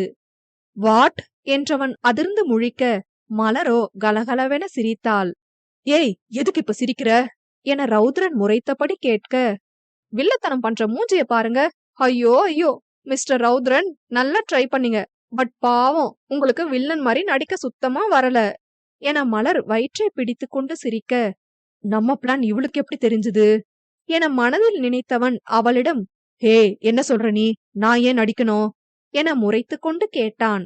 அத நீங்க தான் சொல்லணும் ஈஃபில் டவர் என சிரித்து கொண்டே மலர் கேட்க, அதெல்லாம் ஒண்ணுமில்ல, உன் மானம் முக்கியம்னு நினைச்சா நீ முதல்ல கிளம்பு, அப்புறம் நான் உன்னை ஏதாவது பண்ணிருவேன் என ரௌத்ரன் மீண்டும் அதே போல் முயற்சி செய்ய, இப்ப நான் கத்துனேன்னு வச்சுக்கோங்க, உங்க மானம்தான் போகும், பரவாயில்லையா என கையை கட்டிக்கொண்டு அவனை பார்த்து கேட்க, ஏமானம் ஏன் போக போகுது என அவன் அசால்ட்டாக கேட்க, அதில் தன் தலையில் அடித்து கொண்ட மலரோ, உங்களை எல்லாம் எப்படி போலீஸுக்கு வேலைக்கு எடுத்தாங்களோ, ரொம்பதான் அறிவாளின்னு நினைப்பு, இப்ப நான் கத்துனா பாட்டியும் அர்ஷுவும் மேல வருவாங்க, நீங்க என்ன ஏதோ பண்ணிட்டீங்கன்னு நினைச்சு உங்களதான் கேவலமா பாப்பாங்க, அதோட நிப்பாட்டுவாங்களா, இல்லையே, என் மானம் உங்களாலதான் போச்சுன்னு உங்களுக்கே என்ன கட்டி வச்சிருவாங்க, எனக்கு எதுவும் பிரச்சனை இல்ல, சரி நான் கத்துறேன் என கூறி அர்ஷு என கத்த போக அவளின் வாயை தன் கரங்களால் மூடினான் ரௌத்ரன். ஏய், கத்தி தொலைச்சிராத, தயவு செஞ்சு இடத்த காலி பண்ணு நீ என எரிச்சலுடன் ரௌத்ரன் கூற, அப்படியெல்லாம் உங்களை சும்மா விட முடியாது, கேட்ட கேள்விக்கு பதில் சொல்லுங்க, விடுறேன் என மலர் அவனை மிரட்ட, என்னைய மிரட்டுறியா, அப்படியெல்லாம் சொல்ல முடியாது, நீ இங்கே இரு, நான் கிளம்புறேன் என கூறிக்கொண்டு அவன் செல்ல போக அவன் கண்ணிமைக்கும் நொடிகளில் அவனின் கைகளை தன் துப்பட்டாவால் கட்டிவிட்டாள். ஏய், என்ன பண்ற? எதுக்கு என் கைய கட்டுற? நீ ரொம்ப ஓவரா பண்ணிட்டு இருக்க. கைய விடு முதல்ல என அவன் கோபமாய் கூறியவன் கட்டை அவிழ்க்க முயல, அவன் சுதாரிக்கும் முன்னே அவனின் இரு கைகளையும் அவள் கட்டிவிட அவனால் எதுவும் செய்ய முடியவில்லை. முடிச்சு வேறு சற்று இறுக்கமாக தான் இருந்தது. குட்டி பிசாசு, பாக்க இத்துணூண்டு இருந்துட்டு இவ்ளோ ஸ்ட்ராங்கா கட்டிருக்கா என்று திட்டவும் தவறவில்லை. யாரு, நான் ஓவரா போறனா? சும்மா வந்த புள்ளைய மிரட்டுறேங்கிற பேர்ல ஏதோ காமெடி பண்ணிட்டு இப்ப நான் ஓவரா போறேன்னு சொல்றீங்களா? ஏய், பொண்ணுங்கறதுனாலதான் பொறுமையா பேசிட்டு இருக்கேன். இதே ஒரு ஆம்பளையா இருந்தா இந்நேரம் உன் மண்டைய உடைச்சிருப்பேன் என அவன் சீர, அதையெல்லாம் அவள் கண்டு கொண்டதாக தெரியவில்லை. இங்க பாருங்க மிஸ்டர் ரவுத்ரன், நிஜமா சொல்றேன், இப்ப எதுக்கு அப்படி பண்ணீங்கன்னு மட்டும் நீங்க சொல்லல. நிஜமா நான் கத்திட்டே கதவை திறந்துட்டு ஓடுவேன் கீழே. என் துப்பட்டா வேற உங்க கையில இருக்கு, யோசிச்சுக்கோங்க என மலர் மீண்டும் அவனை மிரட்ட, ஐயோ சரி விடு, சொல்லி தொலைறேன், முதல்ல கைய விடு என எரிச்சலாக கூற அவளும் கட்டை அவிழ்த்தாள். சொல்லுங்க, எதுக்கு வராத வில்லத்தனத்தை வர வச்சு என்ன மிரட்டினீங்க என ஏதோ இன்வெஸ்டிகேஷன் செய்யும் அளவுக்கு ரவுத்ரனிடம் கேட்க, அவனோ, குட்டி சாத்தான், நான் பண்ண வேண்டியதெல்லாம் நீ பண்ணிட்டு இருக்க. ஐயோ, இந்த பிசாசு கிட்ட அசிங்கப்பட போறேன் என மனதில் புலம்ப, அவனின் மனசாட்சியோ, நான் தான் அப்பவே சொன்னல இதெல்லாம் வேணாம்னு, கேட்டாதானே இப்ப அனுபவி என அது தன் பங்கிற்கு வெறுப்பேற்ற, ஏற்கனவே செம்ம கடுப்புல இருக்க, நீ வேற கடுப்ப கிளப்பாத என மலர் மேல் இருக்கும் கோபத்தை தன் மனசாட்சியிடம் காட்டிக் கொண்டிருந்தான். வெகு நேரமாக இவன் யோசிப்பதை பார்த்த மலரோ, ஹலோ, எனக்கு டைம் இல்ல, சீக்கிரம் சொல்ல போறீங்களா, நான் கத்தவா என மலர் கேட்க, டேய் ரவுத்ரா, சீக்கிரம் சொல்லு, மானம் போனாலும் பரவாயில்ல, இந்த குட்டி சாத்தான் தலையில உன்னை கட்டி வச்சிருவாங்க என தனக்குத்தானே பேசிக் கொண்டவன், சொல்றேன், அது நீ என்கிட்ட ஓவரா வம்பு பண்ற, அது எனக்கு கடுப்பாகுது, அதான் நீ என்ன பார்த்தாலே பயப்படணும்னு அப்படி நடிச்சேன் என வேறு வழியின்றி வேண்டா வெறுப்பாக உண்மையை கூறினான். அவனின் பதிலை கேட்டு மீண்டும் மலர் வாய்விட்டு சிரிக்க, அதில் கடுப்பானவனோ, இப்ப எதுக்கு சிரிக்கிற என முறைத்து கொண்டு கேட்க, இல்ல, நான் நினைச்ச மாதிரியேதான் உங்க காரணம் இருக்கு, அத நினைச்ச சிரிச்சேன். ஐயோ செம்ம காமெடி, சரி நான் போறேன் மிஸ்டர் ஈஃபில் டவர் என கூறிக்கொண்டே அவள் வெளியே செல்ல போக, ஏ ஒரு நிமிஷம் நில்லு, உனக்கு எப்படி தெரிஞ்சது நான் நடிக்கதான் செஞ்சேன்னு என தன் புருவத்தை சுருக்கி ரவுத்ரன் கேட்க, அதுவா மிஸ்டர் ரவுத்ரன், நாளைக்கு வெள்ளிக்கிழமை காலையில 7 மணிக்கு நான் பக்கத்துல இருக்கிற கோவிலுக்கு வருவேன். உங்களுக்கு பதில் வேணும்னா நாளைக்கு அங்க வாங்க சொல்றேன். இப்ப எனக்கு நேரம் இல்ல, நான் கிளம்புறேன். பாய் ஈஃபில் டவர் என அவனிடம் கூறிவிட்டு கீழே சென்றாள் மலர். ச்ச, போயும் போயும் இவகிட்ட அசிங்கப்பட்டுட்டேனே, எல்லாம் என் நேரம். சும்மா இருந்திருக்கணும் நம்ம. பொண்ண பெக்க சொன்னா குட்டி சாத்தான பெத்து வச்சிருக்காங்க. பெரிய பெரிய ரவுடியவே நடுங்க வச்ச எனக்கு இவள பயப்பட வைக்க முடியலையே. நாளைக்கு நான் வந்தாதானே, கண்டிப்பா நான் வரமாட்டேன், நீ எனக்கு சொல்லவும் வேணாம் என அவளை நினைத்து உச்சபட்ச கடுப்பில் இருந்தான். மலரோ, அஹஹா, ஐயோ பாவம், ஓவர் டோஸா கொடுத்துட்டு வந்துட்டோமோ, பயபுள்ள நைட்டு முழுக்க மண்டை காய போகுது, தேவதான், நல்லா அனுபவிக்கிட்டோம், யார்கிட்ட, மலரா கொக்கா என மனதில் நினைத்து சிரித்து கொண்டாள் மலர்நிதி. அப்பொழுதுதான் கால் பேசி முடித்த அர்ஷு, ஹே மலர், சாரிடி, காலேஜ் ஃப்ரெண்ட் கால் பண்ணியிருந்தா, அதான் ரொம்ப நேரம் பேசிட்டேன் என கூற, பரவாயில்லடி, நான் மாடிக்கு போயிட்டு வந்துட்டேன், சரிடி நேரமாயிட்டு, நான் வீட்டுக்கு கிளம்புறேன் என கூறிக்கொண்டு வீட்டிற்கு செல்ல வெளியே வர, அங்கே ராஜா ஏதோ சிந்தித்தபடி நின்றான். ஹாய் அண்ணா, நான் மலர்நிதி, உங்க பேரு என தன்னை அறிமுகப்படுத்த, ஹாய்மா, நான் ராஜா என ராஜாவும் தன்னை அறிமுகப்படுத்தினான். ரொம்ப தைரியமான பொண்ணுமா நீ, ஏன்னா அப்படி சொல்றீங்க? ஆமாமா, ரவுத்ரன் என்னோட பெஸ்ட் ஃப்ரெண்டு, ஆனா நானே அவன்கிட்ட பேச பயப்படுவேன், ஆனா நீ நல்லா தில்லா அவன்கிட்ட மல்லுக்கு நிக்கிற, அதான் என ராஜா கூற, ஓ அதுவாண்ணா, நான் எப்போதுமே அப்படிதான், ஆனா இந்த அளவுக்கு யாரையும் வம்பிழுத்ததில்ல, உங்க ஃப்ரெண்ட வம்பிழுக்க காரணம் அவர்தான். ஏமா, என்ன காரணம்? அத ஏன் கேக்குறீங்க? நேத்து வீடு பார்க்க அவர் மட்டும் வந்தாருல்ல, அப்ப சாவி வாங்க எங்க வீட்டுக்கு வந்தாரு. அப்ப நான் தான் வந்து யார் வேணும்னு கேட்டேன். இந்த மாதிரி வீடு பார்க்க வந்திருக்கேன், சாவி வேணும்னு கேட்டா உடனே எடுத்துட்டு வந்திருப்பேன். அத விட்டுட்டு ஏதோ சிதம்பர ரகசியம் சொல்ற மாதிரி வீட்ல பெரியவங்க யாரும் இல்லையான்னு கேட்டாரு. எனக்கு வந்துச்சு கோவம். ஏன் இத என்கிட்ட சொல்றதுக்கு என்னவா? காலேஜ் முடிச்ச என்ன ஸ்கூல் பொண்ணு மாதிரி ட்ரீட் பண்ணுனா கோபம் வரும் தானே? அந்த கடுப்புல அவர் எங்க அப்பா கிட்ட பேசிட்டு இருக்கும்போது சின்னதா ஏதோ கலாய்ச்சேன். அதுக்கு சின்ன பிள்ளை மாதிரி பேசணும்னு என்கிட்ட முறைச்சிட்டே சொல்றாரு. அந்த காண்டுதான் என பெரிதாய் கூறி முடிக்க, ராஜாவோ, அது சரி, இதுக்கு பின்னாடி இவ்ளோ பெரிய பிளாஷ்பேக் இருக்கா? அப்ப பையன் வசமா மாட்டிக்கிட்டான்னு சொல்லு என ராஜா கேட்க, ஆஹாஹா, அப்படியும் சொல்லலாம். இப்ப கூட ஒரு பல்பு கொடுத்துட்டு தான் வந்திருக்கேன் என பெருமையாய் மலர் கூற, இது எப்போ, அப்படி என்ன நடந்துச்சு என ராஜா ஆர்வமாய் கேட்க, அது சீக்ரெட். ஆமா, உங்க ஃப்ரெண்டு கோவிலுக்கெல்லாம் போவாரா என மலர் கேட்க, நீ வேற, அவனுக்கு கடவுள் பக்தி எல்லாம் கிடையவே கிடையாது. நான் கடவுள், ஜோசியம் இதெல்லாம் நம்புவேன். அவன் அப்படியே எனக்கு ஆப்போசிட். ஆமா, ஏன் கேக்குற? சரி, அப்ப நாளைக்கு காலையில உங்க ஃப்ரெண்டு கோவிலுக்கு போகிற கண்கொள்ளா காட்சியை பார்க்க போறீங்க. அவன் கோவிலுக்கா?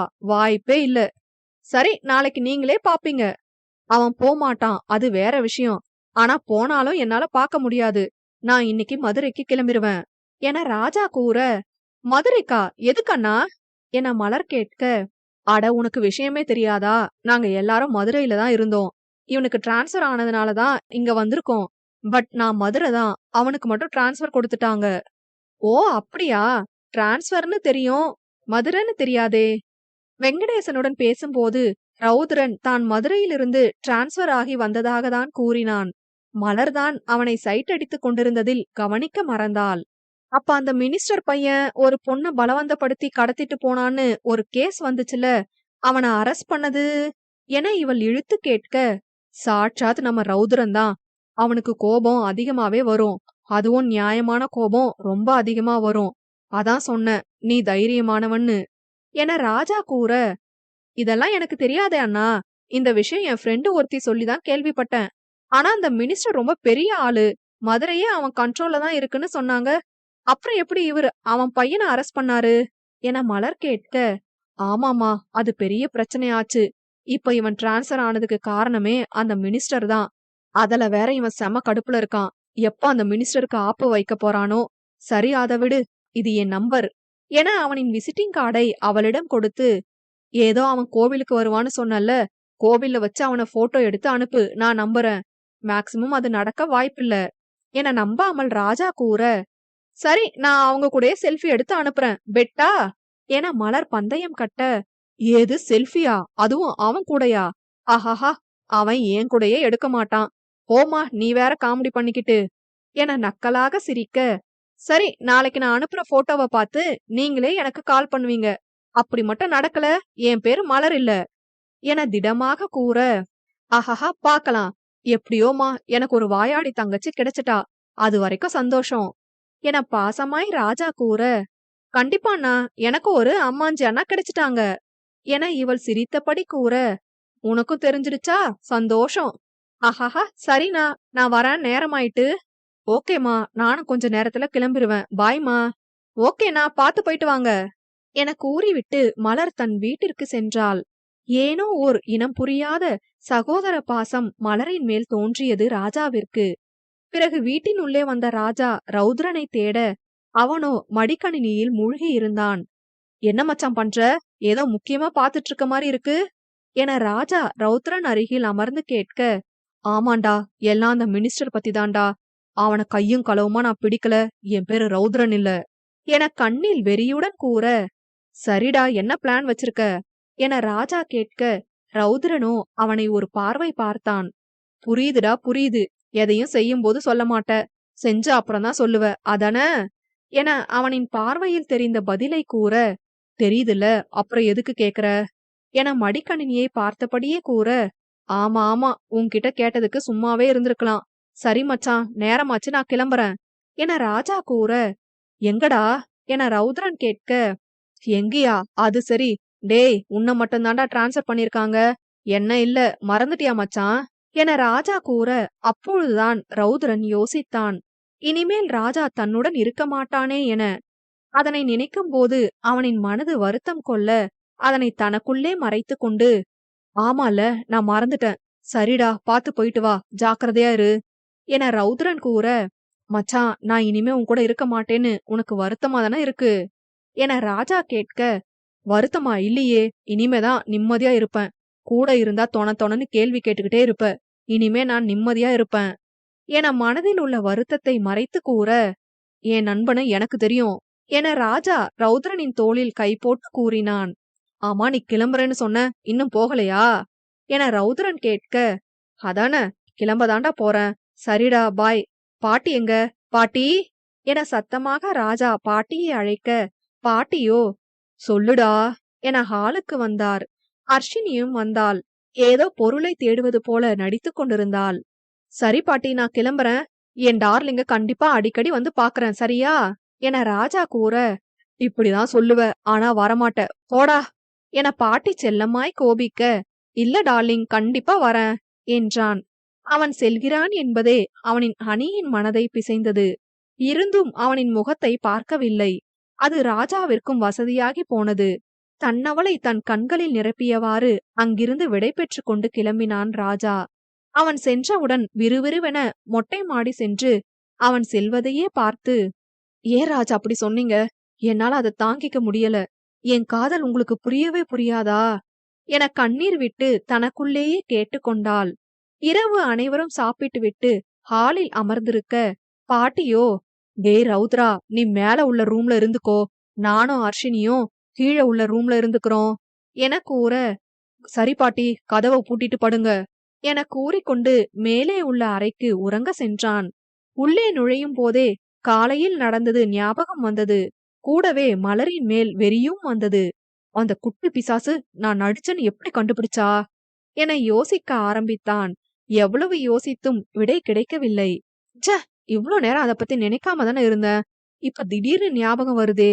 ஐயோ, நம்ம வேற யோசிக்க ஆரம்பிச்சா தூக்கம் வராதே. பேசாம நாளைக்கு கோவிலுக்கு போய் கேட்டுறலாமா? அது நமக்கு அசிங்கமாச்சே. மழைக்கு கூட நான் இதுவரை கோவில் பக்கம் ஒதுங்கினது இல்ல. போகவா வேணாமா?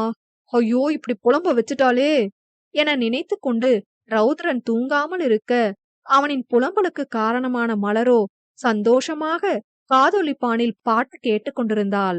தன்னிச்சையாக அடுத்த பாடல் மாற, உன் விழிகளில் விழுந்து நான் எழுகிறேன் எனும் பாடல் ஒலிக்க, அவளின் மனத்திரையில் காலையில் நெருக்கத்தில் பார்த்த ரௌத்ரனின் கண்கள் தோன்றியது. இந்த ஈஃபில் டவரை நம்ம ரொம்பதான் ஓட்டுறோமோ? எவ்வளவு பெரிய ரவுடியெல்லாம் நடுங்க வச்சவருக்கு இப்படி பல்பு கொடுத்துட்டோமே. பாவம் பயப்புள்ள என்னெல்லாம் பிளான் போட்டிருக்கு. ஒரு நிமிஷம் நானே பயந்துட்டேன். அப்புறம்தான் நடிக்குதுன்னு தெரிஞ்சுது. இவ்வாறு அங்கே நடந்ததை மீண்டும் நினைத்து பார்க்க, அப்பொழுது, சாரலாய் ஓர் முறை நீ என்னை தீண்டினாய், உனக்கு அது புரிந்ததா அன்பே எனும் வரிகள் ஒலிக்க, அவனின் கரங்களால் அவளின் இதழை மூடியது ஞாபகம் வர மலரின் முகம் சிவந்து போனது. இதுவரை அவள் உணராத உணர்வுகள் இது. சிலரிடம்தான் சட்டென மனம் ஒட்டிக்கொள்ளும். அவ்வாறு ரௌத்ரன் பால் வெகு விரைவாகவே அவளது மனம் ஒட்டிக்கொண்டது போலும். அவள் அறியாமல் அவளின் மனதில் காதலுக்கான முதல் தடம் பதிந்தது. இவ்வாறு அனைத்தையும் நினைத்து முடிக்க, நாளைக்கு நம்மால கோவிலுக்கு வருமா வராதா? அவரை நம்பி ராஜா அண்ணா கிட்ட வேற பெட்டு கட்டிட்டோம். ஒருவேளை இந்நேரம் எப்படி நான் கண்டுபிடிச்சேன்னு ஈஃபில் டவர் யோசிச்சுட்டு இருக்குமோ? சரி, வரும்னு நம்புவோம் என கூறியவளோ, அவளை அறியாமல் அவள் கூறிய நம்மாலு என்ற வார்த்தையை கவனிக்கவில்லை. அவனின் நினைவுகளோடே உறங்க சென்றாள்.